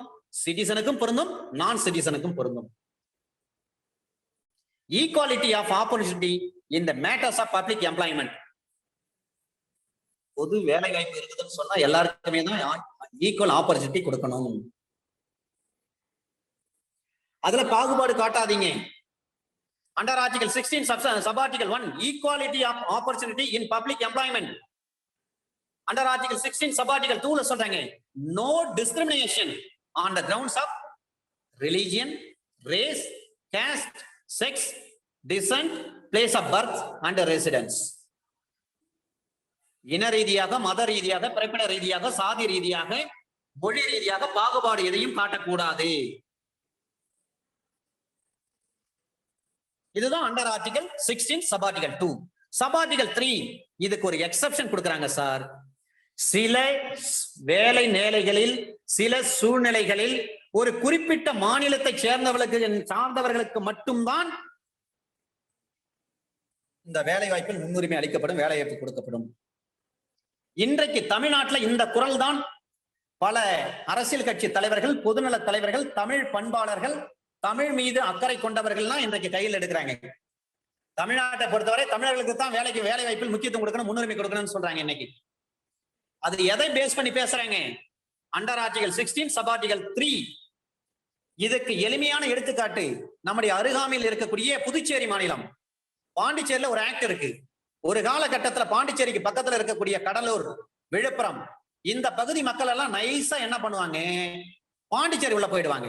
அங்க இருக்கக்கூடிய எம்ப்ளாய்மெண்ட்ல பதிவு பண்ணி பாண்டிச்சேரி கவர்மெண்ட்ல வேலை வாங்கிட்டாங்க. இதனால நிறைய வேலை வாய்ப்பு பாத்தீங்கன்னா கடலூர் மாவட்டத்தை சேர்ந்தவர்களுக்கும் விழுப்புரம் மாவட்டத்தை சேர்ந்தவர்களுக்கும் தான் அதிக வேலை வாய்ப்பு பாண்டிச்சேரி கவர்மெண்ட்ல. இத பிறகு அங்க இருந்த மக்கள் எல்லாம் பாண்டிச்சேரியில தொன்று தொட்டு இருக்கிறாங்க இல்லைங்களா? பிரெஞ்சு ஏரியா தானே அது, பிரான்ஸ்காரன் தானே அதை பிடிச்சிருந்தான். அப்ப தொன்று தொட்டு இருந்த அந்த மக்களுக்கு வந்து அவங்களுடைய வேலை வாய்ப்பு பறிபோகின்ற ஒரு சூழ்நிலை. ஏன்னா கவர்மெண்ட் எந்த ஒரு வேலை வாய்ப்பு கொடுத்தாலும் அந்த வேலை வாய்ப்புல பாத்தீங்கன்னா தமிழ்நாட்டை சேர்ந்தவங்க தான் வந்து இந்த வேலையில வந்து ஜாயின் பண்றாங்க. குறிப்பா கடலூர் மாவட்டத்தை சேர்ந்தவங்களும் விழுப்புரம் மாவட்டத்தை சேர்ந்தவங்களும் வந்து தான் அந்த வேலை வாய்ப்பை வந்து கைப்பற்றாங்க. இதே பாண்டிச்சேரியில பிறந்து வளர்ந்துருக்கிற நமக்கு எந்த ஒரு வேலை வாய்ப்பும் கிடைக்க மாட்டேது, ரொம்ப கஷ்டமா இருக்கேன்னு சொல்லிட்டு இவங்க எல்லாம் சேர்ந்து என்ன பண்றாங்க, தேர்தல் நேரத்துல ஒரு கோரிக்கை வச்சாங்க. இந்த மாநிலத்துல வேலை வாய்ப்பு, இந்த மாநிலத்துல பிறந்து வளர்ந்த பை பர்த்ல யார் யார் இருக்காங்களோ, யார் யார் பதிவு பண்ணிருக்காங்களோ 61க்கு முன்பாக அவங்களுக்கு தான் வேலை வாய்ப்பு கொடுக்கணும்னு சொல்லிட்டு ஒரு சட்டம் போட்டாங்க. அந்த சட்டத்தின் பெயர் தான் மண்ணின் மைந்தர்கள் சட்டம். மண்ணின் மைந்தர்கள் சட்டம். அந்த மண்ணின் மைந்தர்கள் சட்டத்தை எப்படி புதுச்சேரி அரசாங்கம் கொண்டு வந்தாங்க? அண்டர் ஆர்டிகல் 16 sub article 3 படிதான் அங்கே சொல்லப்பட்டது எக்ஸெப்ஷன். என்ன விதிவிலக்கு? சில வேலைகளில் ஒரு குறிப்பிட்ட மாநிலத்தை சேர்ந்தவர்களுக்கு என்று ஒதுக்கீடு செய்ய வேண்டும். இது 1956 7வது அமெண்ட்மெண்ட் கொண்டு வராங்க. இந்திய அரசியலமைப்பு சட்டம், இந்திய அரசியலமைப்பு திருத்த சட்டம், 7வது திருத்த சட்டம் 1956 தான் இதை கொண்டு வராங்க. இத பேஸ் பண்ணி தான் புதுச்சேரி கவர்மெண்ட் என்ன பண்றாங்க, மண்ணின் மைந்தர்கள் சட்டம் கொண்டு வந்துட்டாங்க. இப்ப எல்லாம் தமிழ்நாட்டை சேர்ந்த யாரும் போயிட்டு அங்க பாண்டிச்சேரி கவர்மெண்ட்ல வேலை வாங்க முடியாது. ஏனென்று சொன்னால் அங்க மண்ணின் மைந்தர்கள் சட்டம் இருக்கிறது. இந்த மண்ணில பிறந்து வளர்ந்தவங்க, பதிவு செய்தவங்க, அவங்க மட்டும்தான் வந்து அந்த கவர்மெண்ட்ல வேலை வாங்க முடியும். தமிழ்நாட்டுல இருந்து யாராவது போயிட்டு வேலை வாங்க முடியும்னா வேலை வாங்க முடியாது. ஏனென்று சொன்னால் அங்க மண்ணின் மைந்தர்கள் சட்டம் நடைமுறையில் இருக்கிறது. அப்ப அந்த சட்டத்தை எப்படி ஏற்ற முடிந்தது? Under article 16 sub article 3 of the Constitution of India. 7வது அரசியலமைப்பு திருத்த சட்டம் 1956 மூலமாகத்தான் இதை கொண்டு வராங்க, மண்ணின் மைந்தர்கள் சட்டம். அப்ப ஒரு குறிப்பிட்ட வேலைக்கு இந்த மாநிலத்தை சேர்ந்தவர்களுக்கு தான் முன்னுரிமை கொடுக்கணும்னு சொல்லி சட்டம் ஏற்ற முடியுமானா ஏற்ற முடியும். அது ரீசனபிள் லெஜிஸ்லேஷனா என்று சொன்னால் ரீசனபிள் லெஜிஸ்லேஷன் தான், நியாயமான வகைப்பாடு தான் அந்த சட்டம் செல்லும். அதை போலதான் அண்டர் ஆர்டிகல் 16 சப் ஆர்டிகல் 4 மிக முக்கியமான ஒரு பகுதி. இங்கதான் சார் மிகப்பெரிய வரலாற்று நிகழ்வுகள் நிகழ்ந்த இடம் இங்கதான். ஆர்டிகல் 15 சப் ஆர்டிகல் 4 வந்து தந்தை பெரியார் வந்து எரிக்கிறார், சட்ட நகல் எரிப்பு போராட்டம்.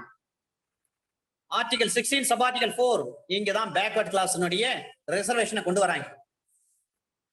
Under article 16 sub article 4 backward கம்யூனிட்டிக்கு ரிசர்வேஷன் வேணும்னு சொல்றாங்க. அப்ப இந்த ரிசர்வேஷன் வேண்டும் என்று சொல்லுகின்ற பொழுது இதுல நிறைய வரலாற்று நிகழ்வுகள்லாம் நடந்தது சார். அதுல பாத்தீங்கன்னா இந்த கமிட்டி அமைக்கிறப்ப என்னென்ன நடந்தது.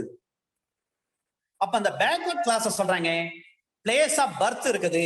பிளேஸ் ஆஃப் பர்த்னா பாண்டிச்சேரியிலே பிறந்திருக்காங்கன்னா அந்த பாண்டிச்சேரி கவர்மெண்ட் அவங்க கொடுக்கிற வேலை வாய்ப்பு அந்த பாண்டிச்சேரி மக்களுக்கு தான் பொருந்தும், புதுச்சேரி மக்களுக்கு தான் பொருந்தும். இதுதான் அண்டர் ஆர்டிகல் 16 சப் ஆர்டிகல் 3 நம்ம பார்த்தோம். Narasimha Rao versus state of Andhra Pradesh, இந்த வழக்கில் சொல்றாங்க முன்னாள் பாரத பிரதமர் நரசிம்ம ராவ் கேஸ் இது. Narasimha Rao versus state of Andhra Pradesh. இதுல தெலுங்கானா பீப்புள் இருக்கிறாங்க. தெலுங்கானா பீப்புள் வந்து என்ன பண்றாங்க, எங்களுக்கு தனி மாநிலம் வேணும்னு சொல்றாங்க. சுப்ரீம் கோர்ட் சொல்றாங்க இது வந்து அன்கான்ஸ்டிடியூஷனல் அப்படின்னு சொல்றாங்க. ஒரு ஸ்டேட்டுக்குள்ள இன்னொரு ஸ்டேட் வந்து உருவாக்க முடியாது, நோ செப்பரேஷன் சொல்றாங்க இந்த வழக்குல. ஆனால் அதன் பிறகு இன்றைக்கு வந்து ஆந்திரா கவர்மெண்ட்ல இருந்து தெலுங்கானா கவர்மெண்ட் தனியா பிரிச்சுட்டாங்க. ஆனா அப்போதைக்கு Narasimha Rao versus state of Andhra Pradesh இந்த வழக்குல சொல்லப்பட்டது. அப்ப கிளாஸ் லெஜிஸ்லேஷன் இருக்கிறதா கிடையாதுன்னு சொன்னாங்க அந்த வழக்குல. அதன் பிறகு இப்ப பாருங்க அண்டர் ஆர்டிகல் 16 சப் ஆர்டிகல் 4 சொல்றாங்க state government made special reservation நீங்க தான் கொண்டு வராங்க. ஒரு சிறப்பு ரிசர்வேஷனை கொண்டு வர முடியுமான்னா ஒரு ஸ்பெஷல் ஆக்ட் போட்டு ரிசர்வேஷன் கொண்டு வரலாம். Under article 16 sub article 4 state government நினைச்சா என்ன பண்ணலாம், ஸ்பெஷல் ரிசர்வேஷன் கொண்டு வரலாம். Under article 16 sub article 4 capital A 77வது அரசியலமைப்பு திருத்த சட்டம் 77வது அரசியலமைப்பு திருத்த சட்டம் 1995 1995 ஒரு ஆக்ட் வருது சார், ஒரு அமெண்ட்மெண்ட் வருது. அந்த அமெண்ட்மெண்ட்ல என்ன சொல்றாங்கன்னா under article 16 sub article 4 capital A reservation in SC ST, பட்டியல் இனத்து மக்களுக்கும் பட்டியல் பழங்குடியின மக்களுக்கும் இடஒதுக்கீடு கொண்டு வராங்க. இந்த இடஒதுக்கீடை பற்றி சட்டம் இயற்றுகின்ற பொழுதே மேதை அம்பேத்கர் அவர்கள் 20% இடஒதுக்கீடை கொண்டு வந்துட்டார். ஆனா இன்னைக்கு எஸ்சி பீப்புளுக்கு 18% தான் இருக்குது, 20 to 25 அப்போதைக்கு உண்டு. ஆனா இன்றைக்கு 18% தான் வந்து மத்திய அரசாங்கமும் மாநில அரசாங்கமும் நிறைவேற்றி வராங்க. Under article 16 sub article 4 capital B, under article 16 sub article 4 capital ஏல சொல்றாங்க 77வது அமெண்ட்மெண்ட் 1995 கொண்டு வராங்க reservation for SC ST. Under article 16 sub article 4 B 81வது அமெண்ட்மெண்ட் 2000 வருஷத்துல வருது, புத்தாயிரம் ஆண்டில் 81வது அமெண்ட்மெண்ட் புத்தாயிரம் ஆண்டு 2000 வருது. இந்த விஷயத்தில் தான் சார் 77வது அமெண்ட்மெண்ட் வந்ததுக்கு காரணம் முன்னாள் பாரத பிரதமர் நரசிம்ம ராவ். அது வரலாற்று செய்தி, பிறகு அதை பற்றி நான் சொல்கிறேன்.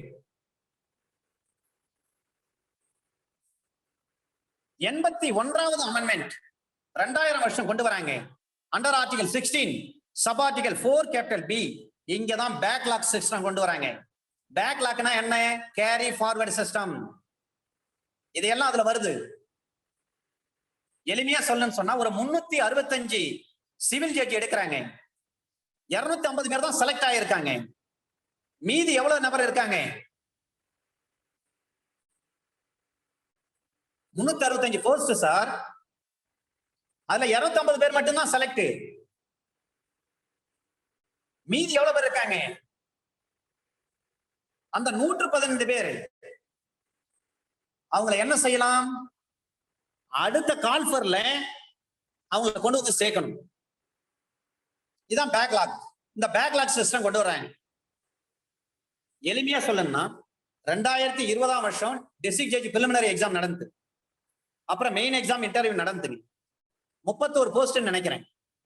அந்த 32 போஸ்டுக்கும் எக்ஸாம் நடந்து 2 பேர் தான் செலக்ட் ஆறாங்க. மீதி எத்தனை பேர் இருக்காங்க? 29 பேர் அல்லது 30 பேர் இருக்காங்கன்னு வச்சுங்க. அந்த 30 பேரையும் அடுத்த கால்ஃபர் வர்றப்ப என்ன பண்ணா, அந்த 30 வேகன்சி கொண்டு வந்து சேர்த்துக்கணும்.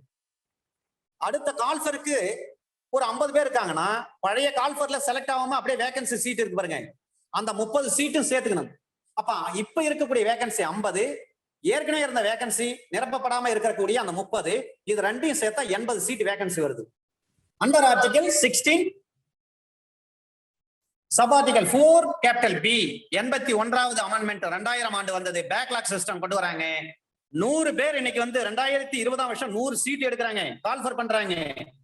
அரசாங்க வேலைக்கு ஒரு கால்ஃபர் பண்றாங்க. அதுல 40 பேர் மட்டும்தான் செலக்ட் ஆவாங்க. 60 கொண்டு வந்து அடுத்த வருஷம் கால்ஃபர் பண்றாங்க. 60க்கான ரிசர்வேஷனும் சேர்த்து கொடுக்கணும். இப்ப தேவதாசன் வழக்கு இந்த கேரி ஃபார்வர்ட் சிஸ்டம் கொண்டு வராங்க. Devadasan versus union of India இந்த வழக்குல தான் சார் டிசைட் பண்றாங்க.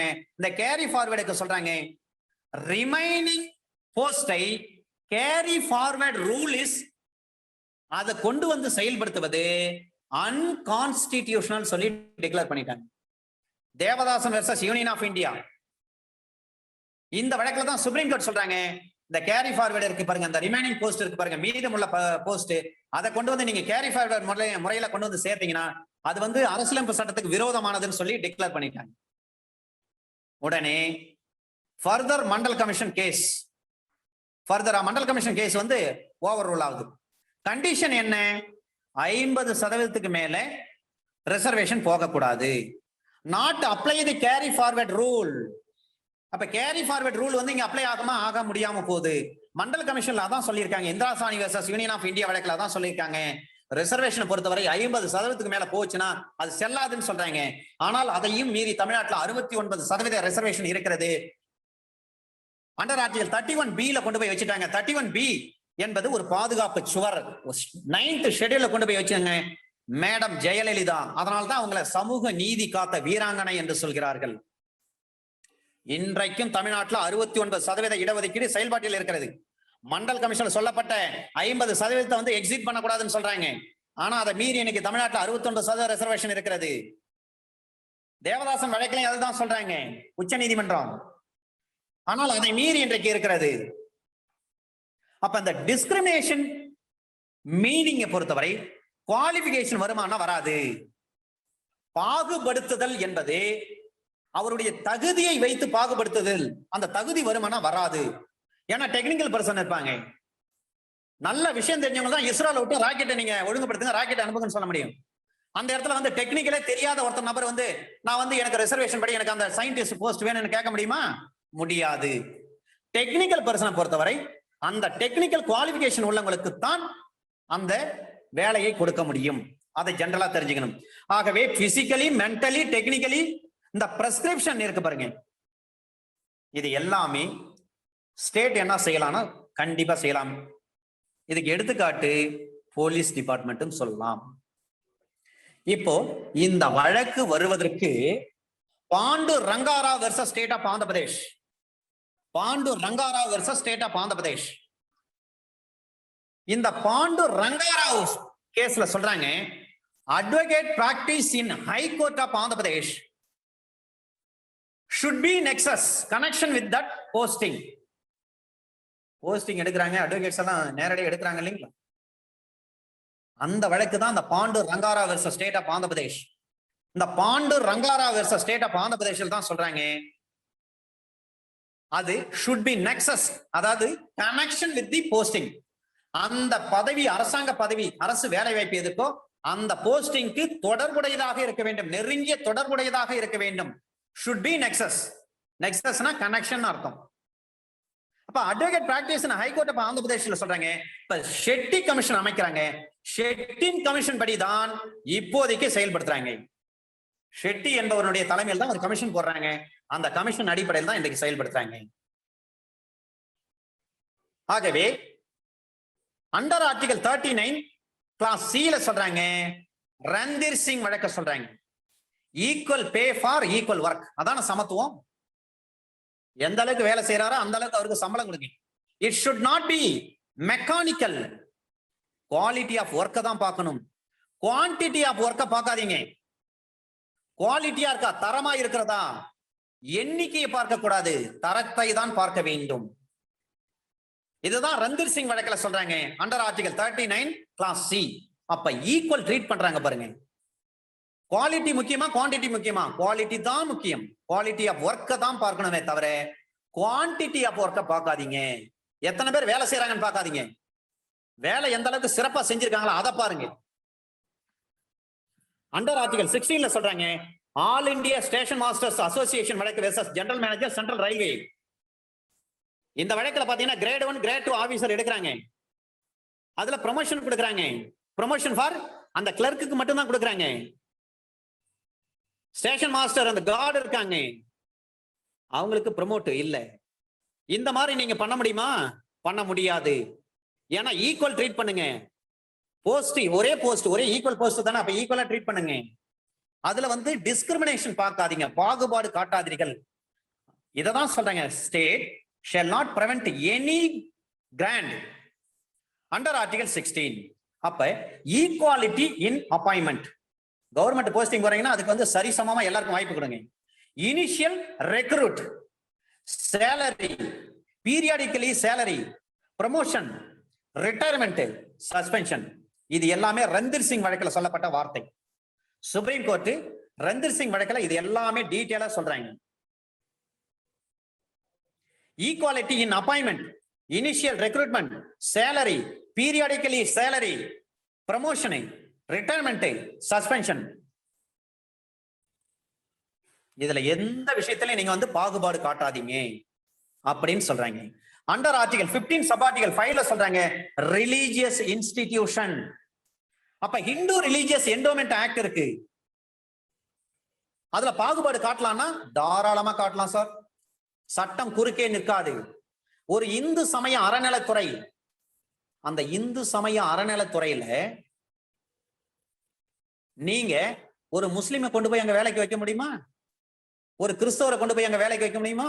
முடியாது. இந்துக்கள் மட்டும்தான் அங்க வேலை செய்யும் என்று சொல்லி தமிழக அரசு ஒரு சட்டம் போடுறாங்கன்னா அந்த சட்டம் செல்லும். ஏன்னா அது ரீசனபிள் கிளாசிபிகேஷன், ரீசனபிள் லெஜிஸ்லேஷன். அது அதனால்தான் இந்து சமய அறநிலைத்துறையில இருக்கிறவங்க எல்லாருமே அதுல பணிபுரிகின்ற கமிஷனர்ல இருந்து கடைநிலை ஊழியர் வரை இந்து ரிலீஜியஸா தான் இருப்பாங்க. Those are all belongs to Hindu religious. அதே மாதிரி ஒரு வக்பு போர்டு இருக்கு, முஸ்லிம்களுக்கு ஒரு வக்பு போர்டு. அதுல ஒரு கிறிஸ்தவரையோ அல்லது ஒரு இந்துக்களையோ கொண்டு போயிட்டு அங்க போஸ்டிங் போட முடியுமா? முடியாது. இந்த இடத்துலதான் சார் ஒரு விஷயம் நடக்குது. என்னவென்று சொன்னால், முன்னாள் முதலமைச்சர் மாண்புமிகு திரு கலைஞர் அவர்கள் ஒரு விஷயத்தை கொண்டு வந்து தமிழ்நாட்டில் நடைமுறைப்படுத்த, அனைத்து சாதியினரும் அர்ச்சகராகலாம். இங்கதான் வராரு டாக்டர் கலைஞர். அது என்ன, ஒரு குறிப்பிட்ட சமூகத்தை சேர்ந்தவர்களுக்கு மட்டும்தான் அந்த இந்து திருத்தலத்தில் இருக்கக்கூடிய மூலாசனத்தை அங்கே இருந்து அவர் எல்லா பணிவிடைகளையும் செய்ய வேண்டிய அவசியம் இருக்கிறது. எல்லா சாதியிலும் இருக்கிறவர்களையும் கொண்டு போய் அங்க வைக்கலாம் அப்படின்னு சொல்றாரு. அனைத்து சாதியினரும் அர்ச்சகராகலாம். அப்ப அங்க ஏதாவது டிஸ்கிரிமினேஷன் பண்ண முடியுமானா பண்ணக்கூடாது. ஆனால் இந்த வழக்கை விசாரித்த நீதிமன்றம் முறையாக அந்த புரோகிதம் கற்று இருக்க வேண்டும். எந்த ஜாதியாக வேண்டுமானாலும் இருக்கலாம், ஆனா நீங்க முறைப்படி நீங்க அந்த புரோகிதம் கற்று இருக்க வேண்டும். அந்த மந்திரங்கள் முறையாக கற்று இருக்க வேண்டும். அந்த மாதிரி கற்று இருந்தால் எந்த கோயில் வேண்டுமானாலும் சரி, இந்து திருத்தலங்களில் நீங்கள் அர்ச்சகராக பணிபுரியலாம். இது கலைஞர் கொண்டு வந்த ஒரு சமூக நீதிக்கான ஒரு சட்டம்.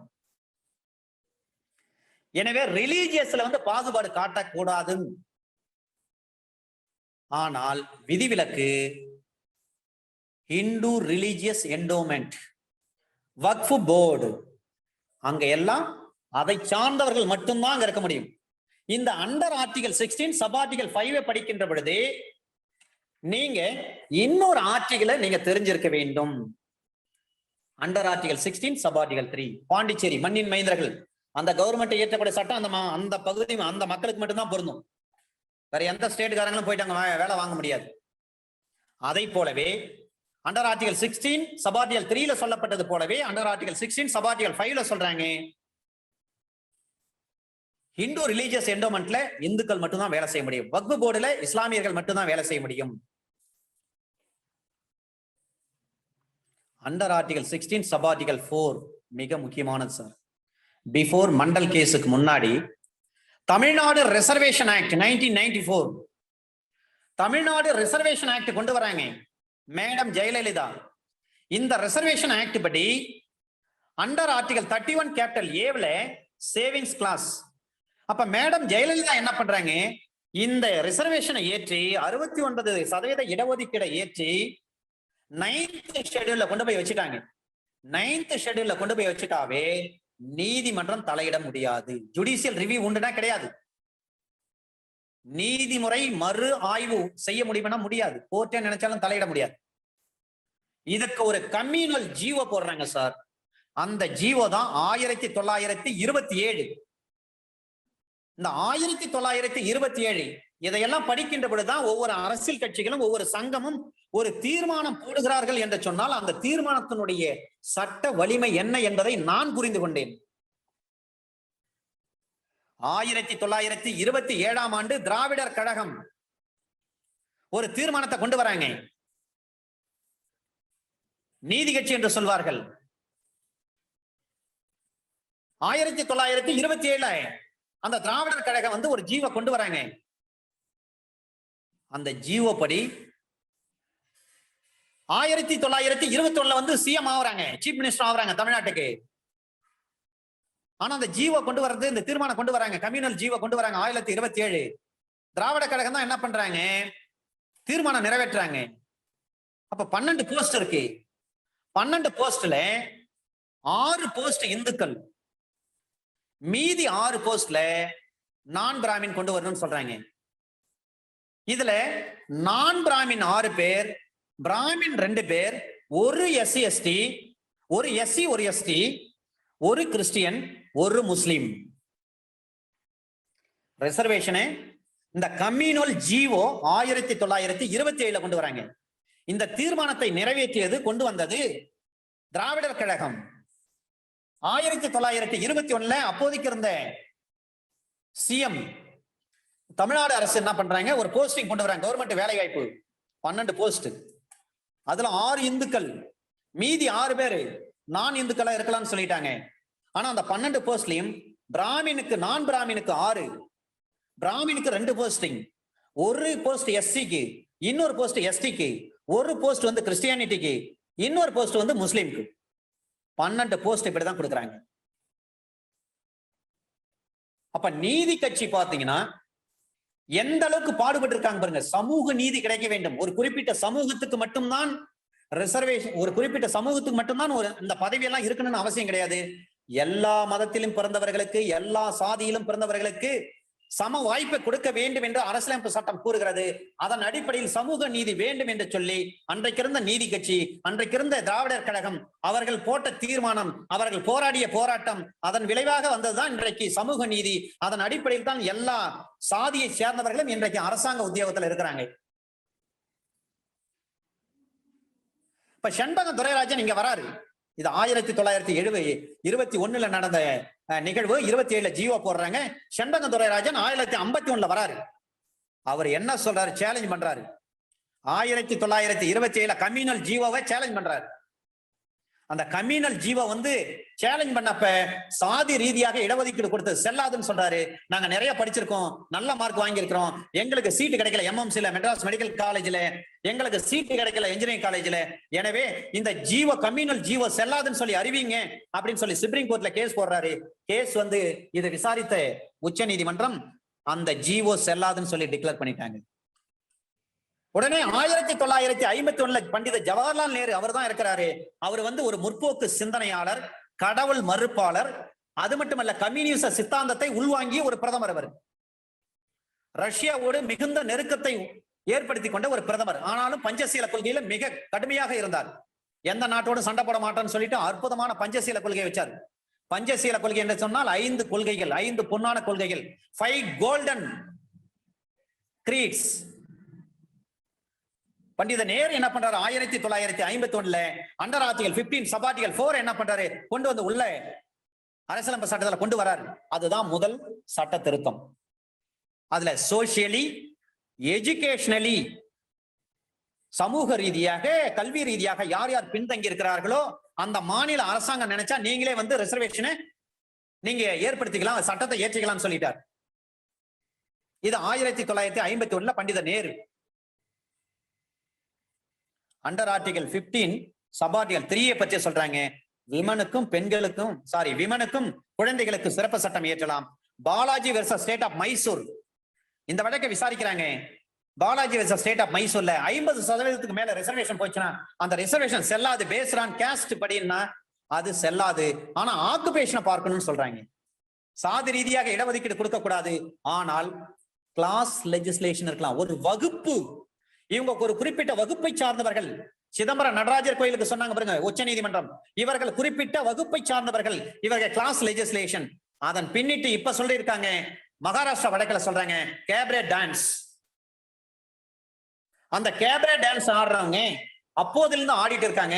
இந்த தொழிலை நம்பி ஒரு குறிப்பிட்ட சமூகமே இருக்கிறது, குறிப்பிட்ட குடும்பங்களே இருக்கிறது, குறிப்பிட்ட பிள்ளைகள் இதை நம்பிதான் இருக்கிறாங்க. எனவே மகாராஷ்டிரா அரசு வந்து தடை பண்ணது செல்லாது. அவங்க வந்து ஒரு கிளாஸ் லெஜிஸ்லேஷன், கேப்ரேட் டான்ஸ் என்பது சட்டப்படி செல்லும். ஹோட்டல்ல வந்து கேப்ரேட் டான்ஸ் நடத்தலாம்னு சொல்லிட்டாங்க. ஏன்னு சொன்னால் அந்த கேப்ரேட் டான்ஸுக்குன்னே பல குடும்பங்கள் இருக்கிறாங்க. அவங்களுக்கு தொழில் அதுதான், அவங்களுக்கு வேற எந்த தொழிலும் தெரியாது. அதனால அவங்க வந்து ஒரு ரீசனபிள் கிளாசிபிகேஷன் பண்ணது செல்லும். மும்பை அரசாங்கம் மகாராஷ்டிரா கவர்மெண்ட் வந்து தடை விதித்தது செல்லாதுன்னு சொல்லி சுப்ரீம் கோர்ட் சொல்லியிருக்காங்க. அந்த வழக்கு நம்ம பிறகு பார்க்க போகிறோம். இந்த Balaji Raghavan versus state of Mysore இந்த வழக்குல சொல்றாங்க 50% ரிசர்வேஷன் தாண்டக்கூடாது. பேஸ்ட் ஆன் காஸ்ட் வந்து அதை பார்க்க அது வந்து பொருந்தாது. ஆனா ஆக்குபேஷன் இருந்துச்சுன்னா அதை தான் பார்க்கணும்னு சொல்றாங்க. எனவே பாலாஜி ராகவன் கேஸ்ல சொல்லிட்டாங்க சுப்ரீம் கோர்ட் அன்கான்ஸ்டிடியூஷனல் சொல்றாங்க. இப்பதான் Chandralekha versus state of Mysore அந்த வழக்கம் வராங்க, அதுவும் அன்கான்ஸ்டிடியூஷனல் அப்படின்னு சொல்லிட்டாங்க. ராஜேந்திரன் வெர்சஸ் மெட்ராஸ் இதுல கேஸ்ட் அது மட்டும் இல்ல. அண்டர் ஆர்டிகல் 340 சொல்றாங்க government make a commission for backward classes. Under article 340 தான் சொல்றாங்க அரசாங்கம் பேக்வர்ட் கம்யூனிட்டிகளுக்கு என்று அவர்கள் யார் யார் அதை பற்றி கணக்கெடுக்கணும், இதுக்கு ஒரு கமிஷன் போடுங்கன்னு கமிஷன் போடுறாங்க.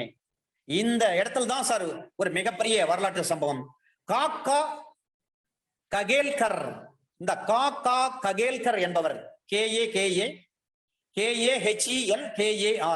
காக்கா ககேல்கர் இவர் தான் என்ன பண்றாரு 1951 first commission for backward classes. இந்த காக்கா ககேல்கர் இங்கதான் பேக்வர்ட் கமிஷனுக்கு முதலாக அமைக்கப்பட்டது 1951. அந்த கமிஷன்ல இருக்கிற மெம்பர்ஸ் அதுல ஒரு பெரிய மாற்றம் என்னவென்று சொன்னா அந்த கமிஷன்ல ஒரு ஷெட்யூல்டு கேஸ்டை சார்ந்த ஒரு நபர் மெம்பராக இருந்தார். காக்கா ககேல்கர் அவங்க என்ன சொல்றாருன்னா அப்போதைக்கு இந்த கமிஷன் இந்தியா முழுவதும் சுற்றுப்பயணம் போறாங்க. இவங்க திரட்டிட்டு வராங்க 2399 சாதியை சேர்ந்தவர்கள்லாம் பேக்வர்ட் கிளாஸஸ் அப்படின்னு சொல்லி ஒரு ரிப்போர்ட் கொடுக்குறாங்க. இந்தியா முழுவதும் பேக்வர்டு யாருன்னு பாக்குறாங்க 2399 சாதி. இந்த 2399 சாதியை சேர்ந்தவர்கள் எல்லாம் பேக்வர்டு கமிஷன் சொல்லி அறிவிக்கிறாங்க. அப்பதான் இவர் வந்து ஒரு தலித் அவர் தான் வந்து ஃபைட் பண்றாரு. இல்ல இன்னும் நிறைய இருக்கிறாங்க, அவங்களுக்கு சேர்த்து கொடுக்கணும், ரிசர்வேஷன் அதிகப்படுத்தணும் சொல்லிட்டு பயங்கரமா ஃபைட் பண்றாரு அந்த கமிட்டியில. இவரை சமாளிக்கவே முடியல. But he was belongs to scheduled caste. பொதுவா எல்லாருமே வந்து ஷெட்யூல்டு காஸ்டுக்கு தான் மற்ற சமூகத்தை சேர்ந்தவங்க போராடுவாங்க, அவங்களுக்கு நியாயம் கிடைக்கணும், நீதி கிடைக்கணும் அப்படின்னு சொல்லி. ஆனா வரலாறு பாருங்க, இந்த விஷயத்துல ஒரு தலித் தான் மற்றவங்களுக்கு பேக்வர்டுக்கு போராடி இருக்காரு. இது வரலாறு. அவருடைய போராட்டத்தினுடைய விளைவு இன்னைக்கு பாத்தீங்கன்னா தமிழ்நாட்டில் பாத்தீங்கன்னா 22% இடஒதுக்கீடு. ஒவ்வொரு ஸ்டேட்லயும் வந்து இடஒதுக்கீடு அதிகப்படுத்தி கொடுங்க பேக்வர்டு கம்யூனிட்டிக்கு. நீங்க குறைவா கொடுக்கறது என்னால ஏற்க முடியாதுன்னு சொல்லிட்டு பயங்கர எஜிடேட் பண்றார், போராட்டம் பண்றார். அண்டர் ஆர்டிகல் 314 படி அந்த கமிஷன் இந்தியா முழுவதும் சுற்றுப்பயணம் செய்தான் 2399 தேசாய் வந்து பிரதம மந்திரியா வரார். இந்த மொரார்ஜி தேசாய் பிரதம மந்திரியா வருகின்ற பொழுதுதான் நிறைய மாற்றங்கள். மொரார்ஜி தேசாய் வந்த பிறகு இந்த பாரத ரத்னா இது போன்ற விருதுகள்லாம் கொடுப்பதெல்லாம் நிறுத்தி வச்சுட்டார். உடனே பிபி மண்டல் தலைமையில மொரார்ஜி தேசாய் வந்து ஜனதா கட்சியை சேர்ந்தவர். பிபி மண்டல் தலைமையில என்ன பண்றாங்க, இந்த ஜனதா பார்ட்டியில இருந்தவங்க இந்தியாவில் இருக்கக்கூடிய மிகப்பெரிய அறிவாளிகள். என்னைக்குமே சரி வரலாற்றுல அறிவாளிகள் மட்டும் ஒன்னாக ஒரே நேரத்துல வந்து ஒன்றாக சேர்ந்தே இருக்க மாட்டாங்க. நீ பெரிய ஆளா நான் பெரிய ஆளான்னு தான் பார்ப்பாங்க. ஜனதா பார்ட்டியில இருந்த தலைவர்கள் அத்தனை பேரும், ஜெகஜீவன் ராம்ல இருந்து எடுத்துங்க, அவர் காங்கிரஸ் கட்சி தான் இருந்தாலும் பெரிய பெரிய ஆட்கள், ஜார்ஜ் பெர்னாண்டஸ், முலாயம் சிங் யாதவ், லல்லு பிரசாத் யாதவ், அஜித் சிங் எல்லாம் பெரிய பெரிய ஆளு, நல்ல அறிவாளிகள், செயல்திறன் உள்ளங்க.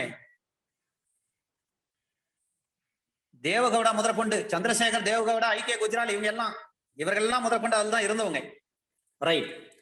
இப்ப மொரார்ஜி தேசாய் வந்து என்ன பண்றாருன்னா மண்டல் தலைமையில ஒரு குழு ஒன்று அமைக்கிறார். பிபி மண்டல் அவர் தலைமையில ஒரு குழு அமைக்கிறாங்க. இந்த குழு அமைச்சு நீங்க என்ன பண்ணுங்க, இந்த பேக்வர்ட் கமிஷன் சம்பந்தமா நீங்க ஒரு ரிப்போர்ட் கொடுங்கன்னு சொல்லி கேட்கிறாங்க. அப்ப அந்த ரிப்போர்ட் கேட்கின்ற பொழுதுதான் பிபி மண்டல் வந்து உள்ள வராது. உள்ள வந்து அவரு சுற்றுப்பயணம் பண்றாரு. அவரு இதை பற்றி விசாரிக்கிறார். இதை பற்றி விசாரிக்கின்ற பொழுதுதான் 1977 இந்த கமிஷன் அமைக்கிறாங்க. 77ஆம் ஆண்டு 1977 பிபி மண்டல் தலைமையில் ஒரு கமிஷன். அந்த கமிஷன்ல என்ன சொல்றாங்கன்னா, சமுதாயத்தில் கல்வியில் பின்தங்கிய வகுப்பினர் மட்டும்தான், பொருளாதாரத்தை சொல்லலை. இவர் ஒரு இடஒதுக்கீடு செய்வதை பற்றி ஒரு ரெக்கமெண்டேஷன் கொடுக்கிறாங்க.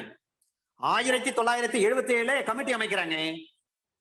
31 டிசம்பர் 1980 அந்த கமிட்டி தன்னுடைய ரிப்போர்ட்டை சப்மிட் பண்றாங்க. ஏறக்குறைய 3 வருஷம் சுற்றுப்பயணம். 77, 78, 79, 80 3 ஆண்டு காலம் சுற்றுப்பயணம் பண்றாங்க. 3 ஆண்டு காலம் கஷ்டப்பட்டு தயாரித்த ஒரு ரிப்போர்ட்டை பிபி மண்டல் என்ன பண்றாரு, கவர்மெண்ட் கிட்ட ஒப்படைக்கிறார். எப்போன்னா 31/12/1980. ஆனா அந்த அறிக்கை பாத்தீங்கன்னா 1990ஆம் ஆண்டு ஜூலை மாசம் வரை செயல்படுத்தவே இல்லை. 77 கமிட்டி அமைக்கிறாங்க. 80 கமிட்டி ரிப்போர்ட் கொடுத்துட்டாங்க. 90 வரலையும் அந்த ரிப்போர்ட் வந்து எக்ஸிக்யூட் பண்ணவே இல்லை. 10 வருஷம் அப்படியே அந்த ரிப்போர்ட் தூங்குது. அதன் பிறகு ஆட்சி மாற்றம். இப்பதான் என்ன பண்றாங்க, இந்த கமிட்டி அமைச்சது யாருன்னு பாத்தீங்கன்னா மொரார்ஜி தேசாய். அந்த பீரியட் அதன் பிறகு ஆட்சி மாற்றங்கள்லாம் ஏற்படுது. ஒரு அபிஷியல் மெமரண்டம் வருது. எந்த தேதியில பாத்தீங்கன்னா 13/8/1990 ஒரு அபிஷியல் மெமரண்டம் வருகிறது. அந்த அபிஷியல் மெமரண்டம் ஒரு அரசு குறிப்பாணை வெளியிடப்படுகிறது. அதுல எஸ்சி எஸ்டி அவங்களுக்கு ஏற்கனவே ஒதுக்கப்பட்டதை விட கூடுதலாக சமுதாயத்தில் கல்வியில் பின்தங்கி இருக்கக்கூடிய நபர்களுக்கு அரசு பணியில அல்லது பதவிகளில் 27% ஒதுக்கீடு செய்யப்பட்டிருந்தது. இதை அப்பொழுது இருந்த ஒரு மிகப்பெரிய மன்னர் குடும்பத்தில், ராஜ குடும்பத்தில் பிறந்த சமூக நீதி போராளி மாண்புமிகு விஸ்வநாத் பிரதாப் சிங், விபி சிங் அரசு தான் கொண்டு வராங்க. இப்ப விபி சிங் அரசு என்ன பண்றாங்க, இதை எக்ஸிக்யூட் பண்ணுன்னு சொல்றாங்க. அந்த கவர்மெண்ட்ல திமுக கவர்மெண்ட் ஒரு அங்கம். அந்த கவர்மெண்ட்ல ஏன்னா காங்கிரஸுக்கு எதிர்ப்பா ஒரு கவர்மெண்ட் ஃபார்ம் பண்றாங்க. ஜனதா பார்ட்டி வருது.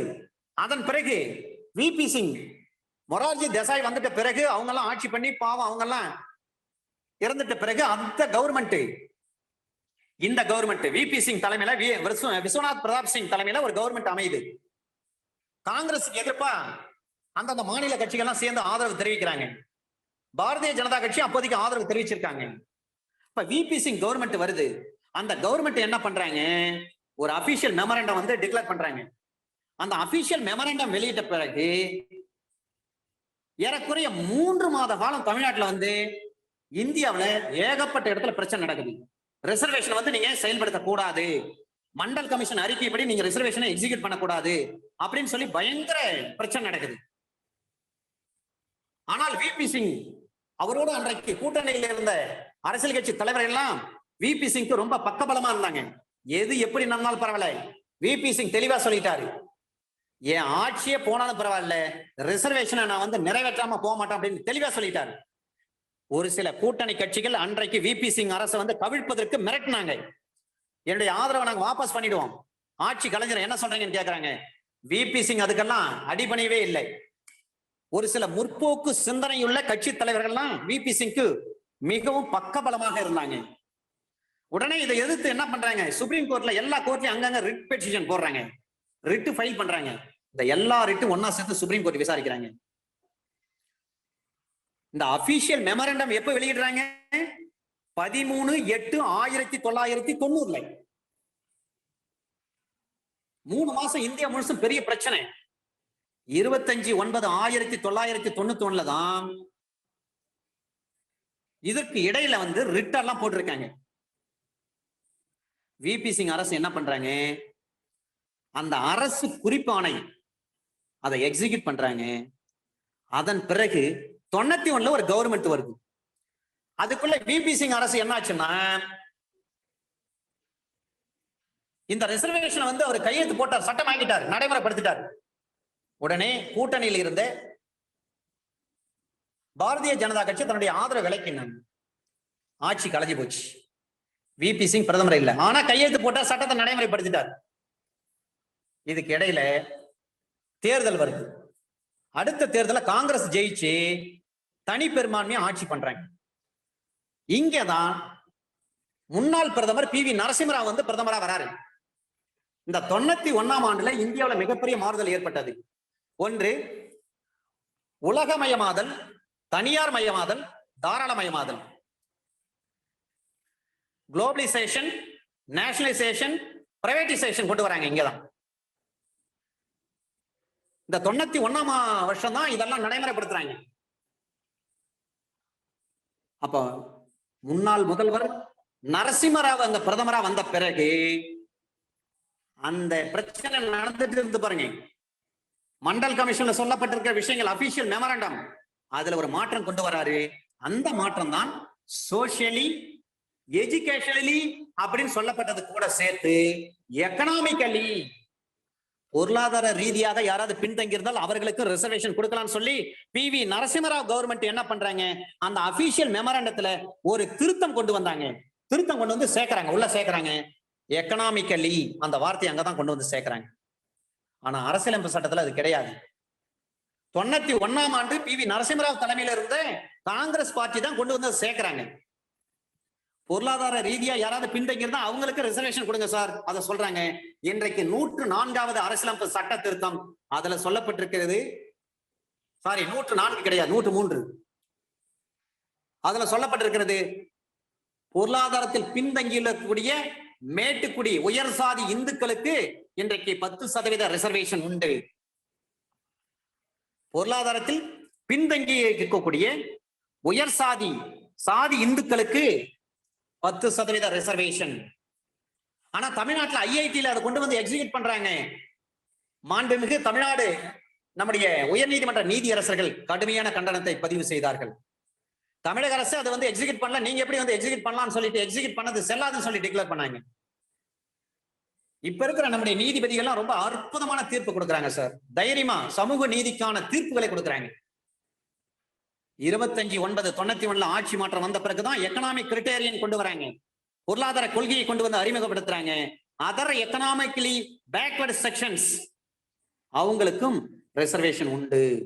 இப்போதான் இந்திராசாணி களத்துல குதிக்கிறாங்க. அவங்க என்ன பண்றாங்கன்னா கேஸ போடுறாங்க. அந்த வழக்கு தான் இந்திராசாணி வழக்கு என்று சொல்லுவாங்க, அப்படின்னா மண்டல் கேஸ்ன்னு சொல்லுவாங்க. இந்த வழக்குல ஏறக்குறைய 14 விஷயங்களை உச்ச நீதிமன்றம் கைட்லைன்ஸா கொடுத்திருக்காங்க. இந்த 14 விஷயங்களை பொறுத்தவரை இதை 1 by 1 பார்க்கணும்னா டைம் போயிடும். நான் பேசணும்னா மணிக்கணக்கில் பேசுவேன். 14 விஷயங்கள் ரொம்ப முக்கியமான சார். அதெல்லாம் உங்களுக்கு டைம் இருந்தா தயவு செய்து நீங்க எடுத்து படிங்க. இப்ப எனக்கு போதிய டைம் இல்லை, நான் கிளாஸ் வந்து கண்டக்ட் பண்ணும். இல்லைன்னா அந்த 14 விஷயங்களையும் நான் 1 by 1 சொல்லிடுவேன். இதுல சொல்றாங்க, மொரார்ஜி தேசாய் வராரு, மண்டல் கமிஷன் அமைக்கிறாங்க. 2 வருஷம் மண்டல் கமிஷன் இந்தியா முழுவதும் டூர் போறாங்க. அதன் பிறகுதான் உங்களை ரிப்போர்ட்டை சப்மிட் பண்றாங்க. 31 டிசம்பர் 1980 சப்மிட் பண்றாங்க. 90 வரலையும் அந்த ரிப்போர்ட்டை வந்து நடைமுறைப்படுத்தல. 91 வந்த காங்கிரஸ் கவர்மெண்ட் தான் நடைமுறைப்படுத்துறாங்க. அப்பதான் கேஸ்ட்னா என்ன, அண்டர் ஆர்டிகல் 374. இதுல ஆர்டிகல் விட்டுருங்க. முதல் கமிஷன் போட்டாங்க இல்லைங்களா, அந்த முதல் கமிஷன் என்ன சொன்னாங்கன்னா, இந்தியாவில் 2399 சாதிகள்லாம், ஜாதியை சேர்ந்தவர்கள்லாம் பேக்வர்டு கமிஷன், பேக்வர்டு கிளாஸ் அப்படின்னு சொன்னாங்க, பேக்வர்டு கம்யூனிட்டின்னு சொன்னாங்க. ஆனா மண்டல் கமிஷன் என்ன பண்றாங்கன்னா, இவங்க 2 வருஷம் இந்தியா முழுவதும் சுற்றுப்பயணம் செய்து இவங்க கொடுத்த ரிப்போர்ட்ல பாத்தீங்கன்னா 2399 ஜாதி கிடையாது, 3743 ஜாதியை சேர்ந்தவங்க பேக்வர்டு கம்யூனிட்டி அப்படின்னு சொன்னாங்க. இந்தியாவில 3743 ஜாதியை சேர்ந்தவர்கள் எல்லாம் பேக்வர்ட் கம்யூனிட்டி, அவங்களுக்கு 27% ரிசர்வேஷன் கொடுங்க அப்படின்னு சொல்லிட்டு மண்டல் கமிஷன் சொல்லிட்டாங்க.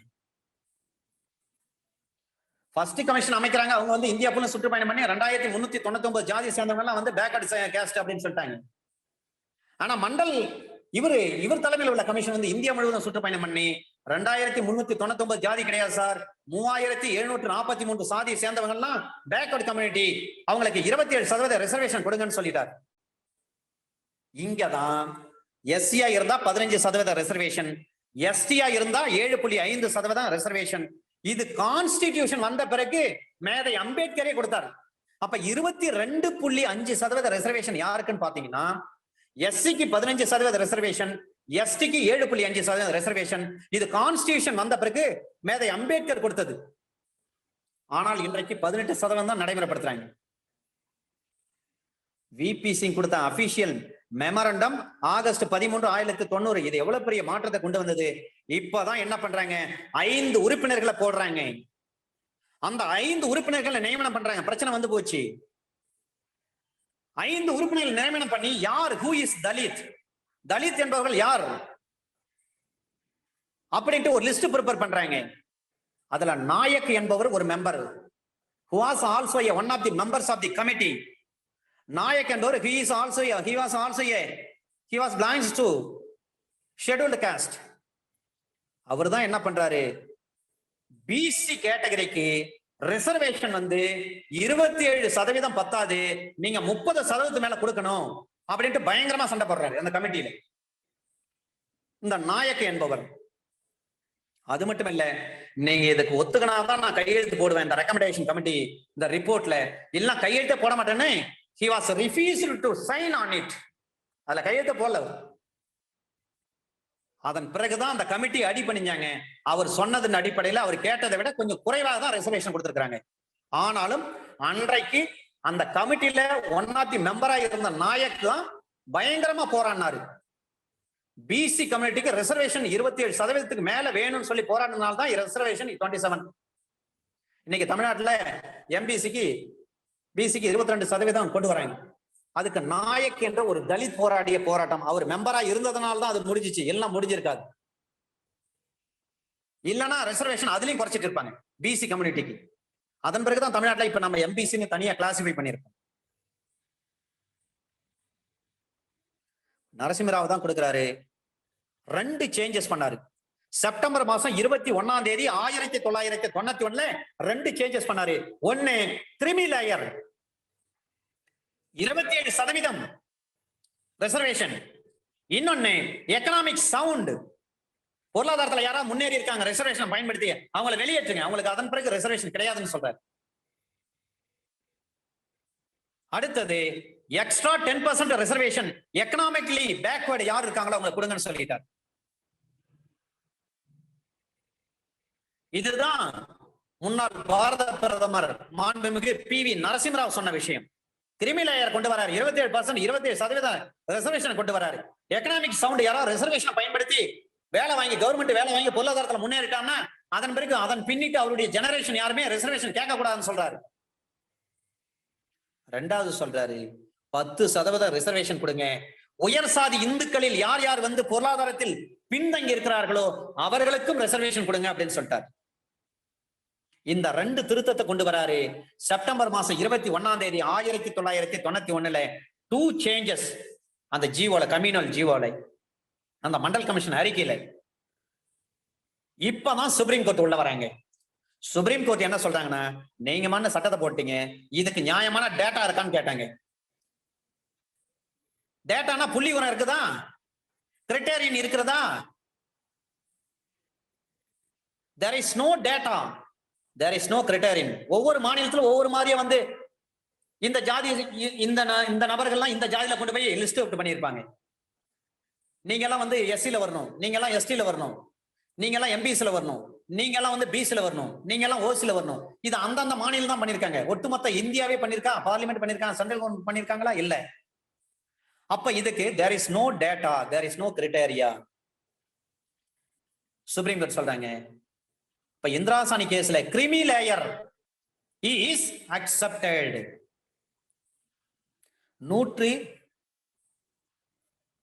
ஜஸ்டிஸ் ரத்னவேல் பாண்டியன் உள்ள வரார். ஜஸ்டிஸ் ரத்னவேல் பாண்டியன் தான் வந்து he was given a, இது வந்து ஒரு நியாயமா இதுல எப்படி நடந்துக்கணும்னு சொல்லிட்டு அந்த தீர்ப்புல அவரு சொல்றாரு. இயல்பாகவே தமிழ்நாட்டை சேர்ந்தவர் ஜஸ்டிஸ் ரத்னவேல் பாண்டியன். சற்று முற்போக்கு சிந்தனையாளர், பெரியாரிசம், இது போன்ற நபர்கள்லாம் உச்ச நீதிமன்றத்தில் நீதிபதியா இருந்ததனுடைய விளைவு நமக்கு பெரிய நன்மை தந்தது இந்தியா முழுவதும். இந்திராசானி கேஸ்ல வந்து கிரிமி லேயர் வந்து ஓகே பண்ணாங்க. கிரிமி லேயர் வாஸ், இதே சொல்றாங்க, creamy layer was excluded by Narasimha Rao சொல்றாரு சொன்னது. பட் 27% ரிசர்வேஷன் will not affect 10% unconstitutional declare பண்றாங்க. 50% மேல ரிசர்வேஷன் கொடுக்காதீங்க. ஸ்பெஷல் ஸ்டேட்டஸ் இருந்தால் நோ ரிசர்வேஷன் ஃபார் ப்ரமோஷன் சொல்லிட்டாங்க. அப்ப பேக்வர்ட் கிளாஸ் வந்து can be identified but not by economic base. Backward, பிற்படுத்தப்பட்ட சாதியை சேர்ந்தவர்கள் என்று சொல்லி நீங்கள் வகைப்படுத்துகிறீர்கள் என்று சொன்னால் பொருளாதார ரீதியாக நீங்கள் வகைப்படுத்த கூடாது. கல்வி ரீதியாக வகைப்படுத்துங்கள், சமூக ரீதியாக வகைப்படுத்துங்கள், பொருளாதார ரீதியாக நீங்க வகைப்படுத்த கூடாது. இதுதான் அண்டர் ஆர்டிகல் 16 சப் ஆர்டிகல் 4ல சொல்றாங்க. இதுல இன்னொன்னு தான் உடைக்கிறாங்க. பேக்வர்ட் கம்யூனிட்டில இருந்து MBC can be classified from BC under article 16 sub article 4. Ashok Kumar Thakur versus union of India. Ashok Kumar Thakur versus union of India. இந்த வழக்குல சொல்றாங்க, ஹையர் எஜுகேஷன் இன்ஸ்டிடியூஷன்ல no reservation. Ashok Kumar Thakur versus union of India. Higher education இன்ஸ்டிடியூஷன்ல no reservation for only BC. Backward கம்யூனிட்டிக்கு அங்க no reservation சொல்றாங்க. ஆனால் higher community பாத்தீங்கன்னா IIT இருக்கு. இன்னைக்கு கான்பூர் IIT உத்தரப்பிரதேசம், கான்பூர்ல படிச்சுட்டு வரவங்க தான் பாத்தீங்கன்னா ஆல் இந்தியா சிவில் சர்வீஸ்ல பாத்தீங்கன்னா ஃபர்ஸ்ட் அந்த 10 ரேங்க் 20 ரேங்க் உள்ள வரவங்க எல்லாம் வந்து கான்பூர் IIT படிச்சுட்டு வரவங்க தான் வராங்க. அவ்வளவு திறமையா அங்க சொல்லி கொடுக்குறாங்கன்னு நான் நினைக்கிறேன். CSR ஒரு புத்தகம் இருக்கு, காம்படிஷன் சக்சஸ் ரிவ்யூ. அந்த புக்ஸ்ல எடுத்து பாத்தீங்கன்னா IAS toppers talk to you அப்படின்னு சொல்லி ஒரு ஆர்டிகல் வரும். ஆல் இந்தியா அளவுல, அகில இந்திய அளவுல இந்த சிவில் சர்வீஸ்ல IAS IPSல வந்து IASல வந்து யார் யார் வந்து முதல் 10 ரேங்க் எடுத்திருக்காங்களோ அவங்க கிட்ட பேட்டி கண்டிருப்பாங்க. அதுல பாத்தீங்கன்னா நீங்க எங்க படிச்சிருப்பீங்கன்னா நாங்க IIT from கான்பூர்னு இருக்கும், சென்னை IIT. இந்த மாதிரி உயர் கல்வியில பாத்தீங்கன்னா 492 ப்ரொஃபசர் இருந்தாங்க. அதுல 466 ப்ரொஃபசர்ஸ் வந்து பிராமின்ஸ் தான். வெறும் 32 பேர் தான் மாற்று சமூகத்தை சேர்ந்தவங்க. அப்ப இந்த நிலை வந்து ஏன் அங்க மட்டும் அந்த மாதிரி இருக்கிறது, அதை மாற்ற வேண்டும் என்று சொல்லி சில சமூக நீதி போராளிகள்லாம் இன்றைக்கும் போராடி கொண்டிருக்கிறார்கள். அங்கே பாகுபாடு காட்டக்கூடாது என்று சொல்கிறார்கள். தமிழ்நாடு ரிசர்வேஷன் இருக்கு. இன்றைய கோயல்கோ வழக்கு வெர்சஸ் தமிழ்நாடு, ஜன்மரே 94வது அரசியலமைப்பு சட்ட திருத்தம் 24/4/1973 வருது. அண்டர் ஆர்டிகல் 248 அதுல என்ன சொல்றாங்க, எஞ்சிய அதிகாரங்கள் ஏதாவது இருந்துச்சுன்னா அது சென்ட்ரல் கவர்மெண்ட் கையில கொண்டு போய் ஒண்ணும். Residuary powers under article 248 of constitution of India parliament கிட்ட கொடுங்க, மத்திய அரசாங்கத்திட்ட கொடுங்கன்னு சொல்றாங்க. இப்பதான் வராரு சங்கரி பிரசாத் வராங்க, land reforms act. Sajan Singh வராரு, கோலக்நாத் வராரு, கேசவநந்த பாரதி வராது, மினர்வால் மில்ஸ் வராங்க. இந்த வழக்கில் சொல்றாங்க பார்லிமெண்ட் சுப்ரீமேசி. அண்டர் 13 சபார்டிகல் 2ல சொல்றாங்க, சங்கரி பிரசாத் கேஸ்ல சொல்றாங்க கான்ஸ்டிடியூஷன் அமெண்ட்மெண்ட் இஸ் நாட் லா. உடனே சஜான் சிங் வழக்கிலையும் சொல்றாங்க கான்ஸ்டிடியூஷன் இஸ் நாட் லா, அந்த அமெண்ட்மெண்ட் வந்து இஸ் நாட் லான்னு சொல்றாங்க. கோலக்நாத் இஸ் அதுல அந்த வழக்கிலையும் சொல்றாங்க கான்ஸ்டிடியூஷன் அமெண்ட்மெண்ட் இஸ் லா சொல்லிட்டாங்க. கோலக்நாத் வழக்கில் கான்ஸ்டிடியூஷன் அமெண்ட்மெண்ட் இஸ் லான்னு சொல்லிட்டாங்க கோலக்நாத் வழக்கில். இப்ப தமிழ்நாடு ரிசர்வேஷன் வருகிறது. தமிழ்நாட்டுல என்ன பண்றாங்க, அந்தந்த மாநிலமும் நீங்களே என்ன பண்ணிக்கலாம், ரிசர்வேஷனை நீங்க ஏற்றிக்கலாம்னு சொல்றாங்க. அதன் அடிப்படையில தமிழ்நாடு ரிசர்வேஷன் ஆக்ட் 1994 அதன்படிதான் 69% இன்றைக்கு தமிழ்நாட்டில் இடஒதுக்கீடு இருக்கிறது. இந்த தமிழ்நாடு ரிசர்வேஷன் ஆக்ட் 1994 9th ஷெட்யூல்ல கொண்டு போய் வச்சிருக்காங்க. Vaman Rao versus union of India, இந்த வழக்கில் அதை பற்றி அதிகமா டிஸ்கஸ் பண்றாங்க. வாமன் ராவ் வழக்கு மிக முக்கியமான வழக்கு. அதே போல ராஜ் நாராயண் வெர்சஸ் இந்திரா நேரு காந்தி வழக்கு அலகாபாத் உயர்நீதிமன்றம் சொல்றாங்க under article 329 capital A, under article 328 இது எல்லாமே சுப்ரீம் கோர்ட் வந்து cannot be interfere in election மேட்டர்னு சொன்னாங்க. ஆனா சுப்ரீம் கோர்ட் வந்து அந்த எலெக்ஷன் மேட்டர்ல தலையிட முடியும் என்று சொல்லி அறிவிச்சாங்க. இங்கதான் ஒரு போராட்டம். பார்லிமெண்ட் பெருசா, உச்ச நீதிமன்றம் பெருசா, ஒரு பிரச்சனை. யார் பெரியாள், யார் சுப்ரீம்? இவங்க என்ன பண்றாங்க, தேர்தல் விஷயங்களில் நீதிமன்றம் தலையிடக்கூடாதுன்னு சொல்றாங்க. அப்ப அது ஏதேச்ச அதிகாரம் தானே, யாருமே தலையிடக்கூடாது. நான் வச்சதுதான் சட்டம், என்ன தப்பு தானே அது? ஜனநாயக நாட்டுல அப்படி யாரும் சொல்லக்கூடாது இல்லைங்களா? இப்பதான் உச்ச நீதிமன்றம் உள்ள குதிக்கிறாங்க. Under article 329 capital A, under article 328 இதை பொறுத்தவரை சுப்ரீம் கோர்ட் வந்து இதுல தலையிடக்கூடாதுன்னு சொன்னது அன்கான்ஸ்டிடியூஷன் சொல்லி டிக்ளேர் பண்ணிட்டாங்க. இந்திரா காந்தி அம்மா ஜெயிச்சது பார்லிமெண்ட் எலெக்ஷன்ல ஜெயிக்கிறாங்க, அந்த வெற்றி செல்லாதுன்னு சொல்லி அலகாபாத் நீதிமன்றம் தீர்ப்பு கொடுத்துட்டாங்க. இப்ப இந்திரா காந்தி வெர்சஸ் ராஜ் நாராயணன் அலகாபாத் கோர்ட்ஸுடைய டெசிஷனை சுப்ரீம் கோர்ட் கன்ஃபார்ம் பண்றாங்க. அண்டர் ஆர்டிகல் 340, அண்டர் ஆர்டிகல் 338 நலவாரியம் அமைக்கிறான் இல்லைங்களா, இதையெல்லாம் அண்டர் ஆர்டிகல் 338ல தான். அண்டர் ஆர்டிகல் 338 எதை பற்றி சொல்றது? National commission for SC. 338 B எதை பற்றி சொல்கிறது? Backward classes commission. 89வது அரசியலமைப்பு சட்ட திருத்தம் அதுல தான் கொண்டு வராங்க. அண்டர் ஆர்டிகல் 338 ஏ 2003ல கொண்டு வராங்க. அதே போல 341ல சொல்றாங்க ஷெட்யூல்டு காஸ்ட்னா யாருன்னு சொல்றாங்க. 342ல சொல்றாங்க ஷெட்யூல்டு ட்ரைப்னா யாருன்னு சொல்றாங்க. அண்டர் ஆர்டிகல் 16ல பொறுத்தவரை 2 வேர்ட்ஸ் தான் இருக்கு. ஒன்னு backward class, not adequate representation in service. அரசு பணிகளில் போதுமான பிரதிநிதித்துவம் இல்லை என்று சொன்னால் பிற்படுத்தப்பட்ட வகுப்பை சேர்ந்த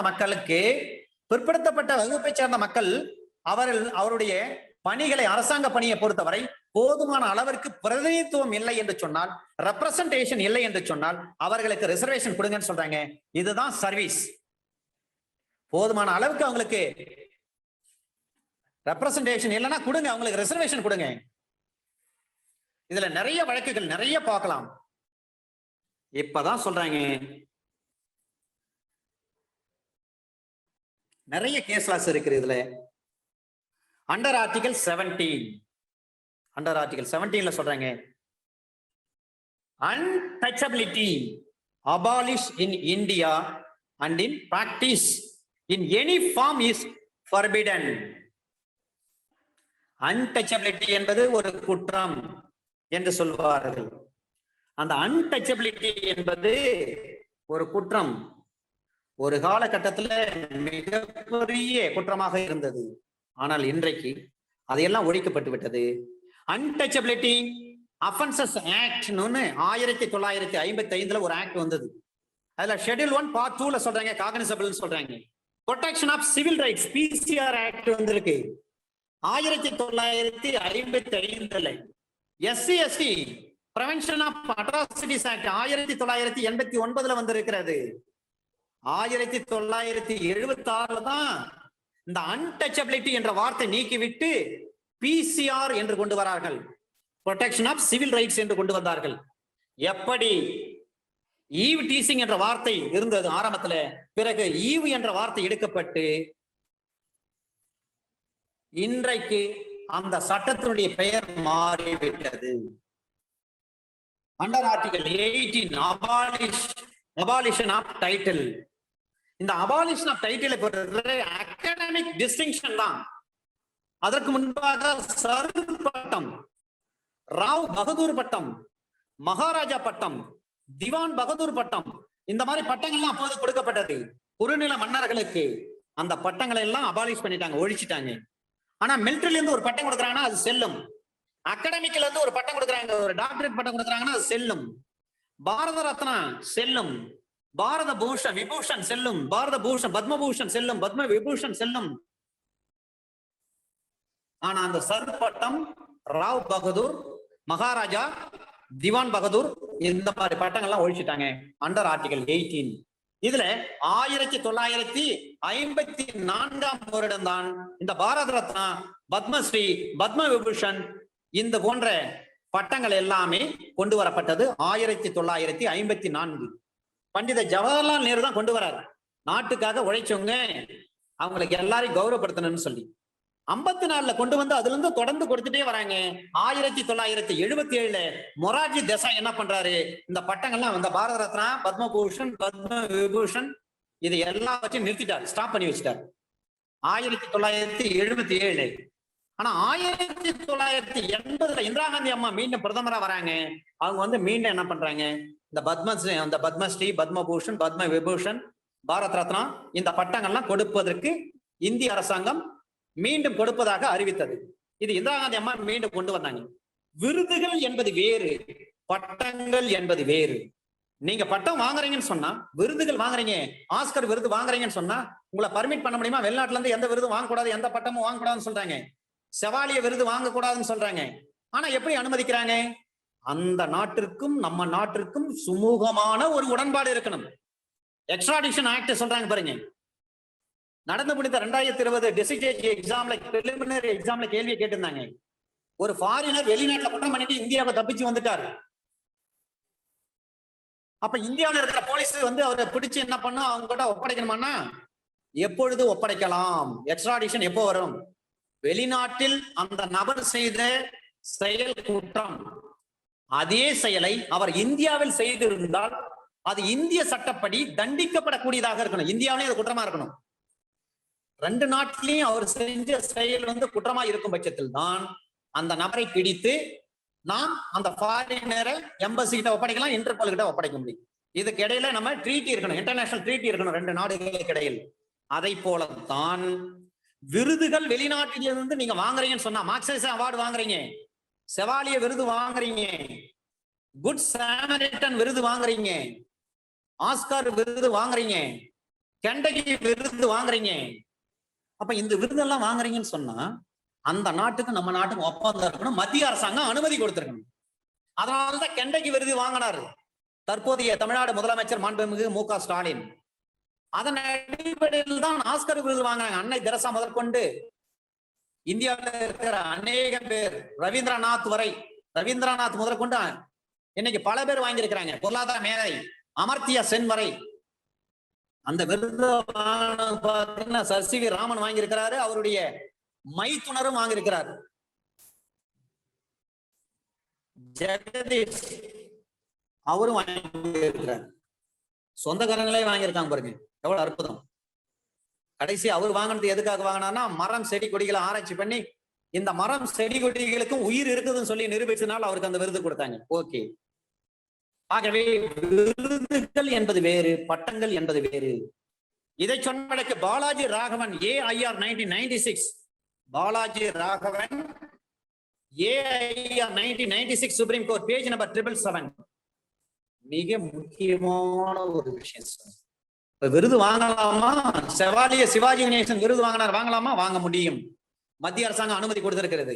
இந்தியாவுக்கும் பிரான்ஸுக்கும் இடையில ஒப்பந்தம் இருக்கிறது. மார்க்சேசே அவார்டு பிலிப்பைன்ஸ்ல விருது வாங்கலாமா? வாங்கலாம். நம்ம நாட்டுக்கு அந்த நாட்டுக்கு ஒப்பந்தம் இருக்கிறது, சென்ட்ரல் கவர்மெண்ட் பர்மிஷன் கொடுத்திருக்கு. குட் சாமரிட்டன் விருது இங்கிலாந்துல வாங்கலாமா? வாங்கலாம்.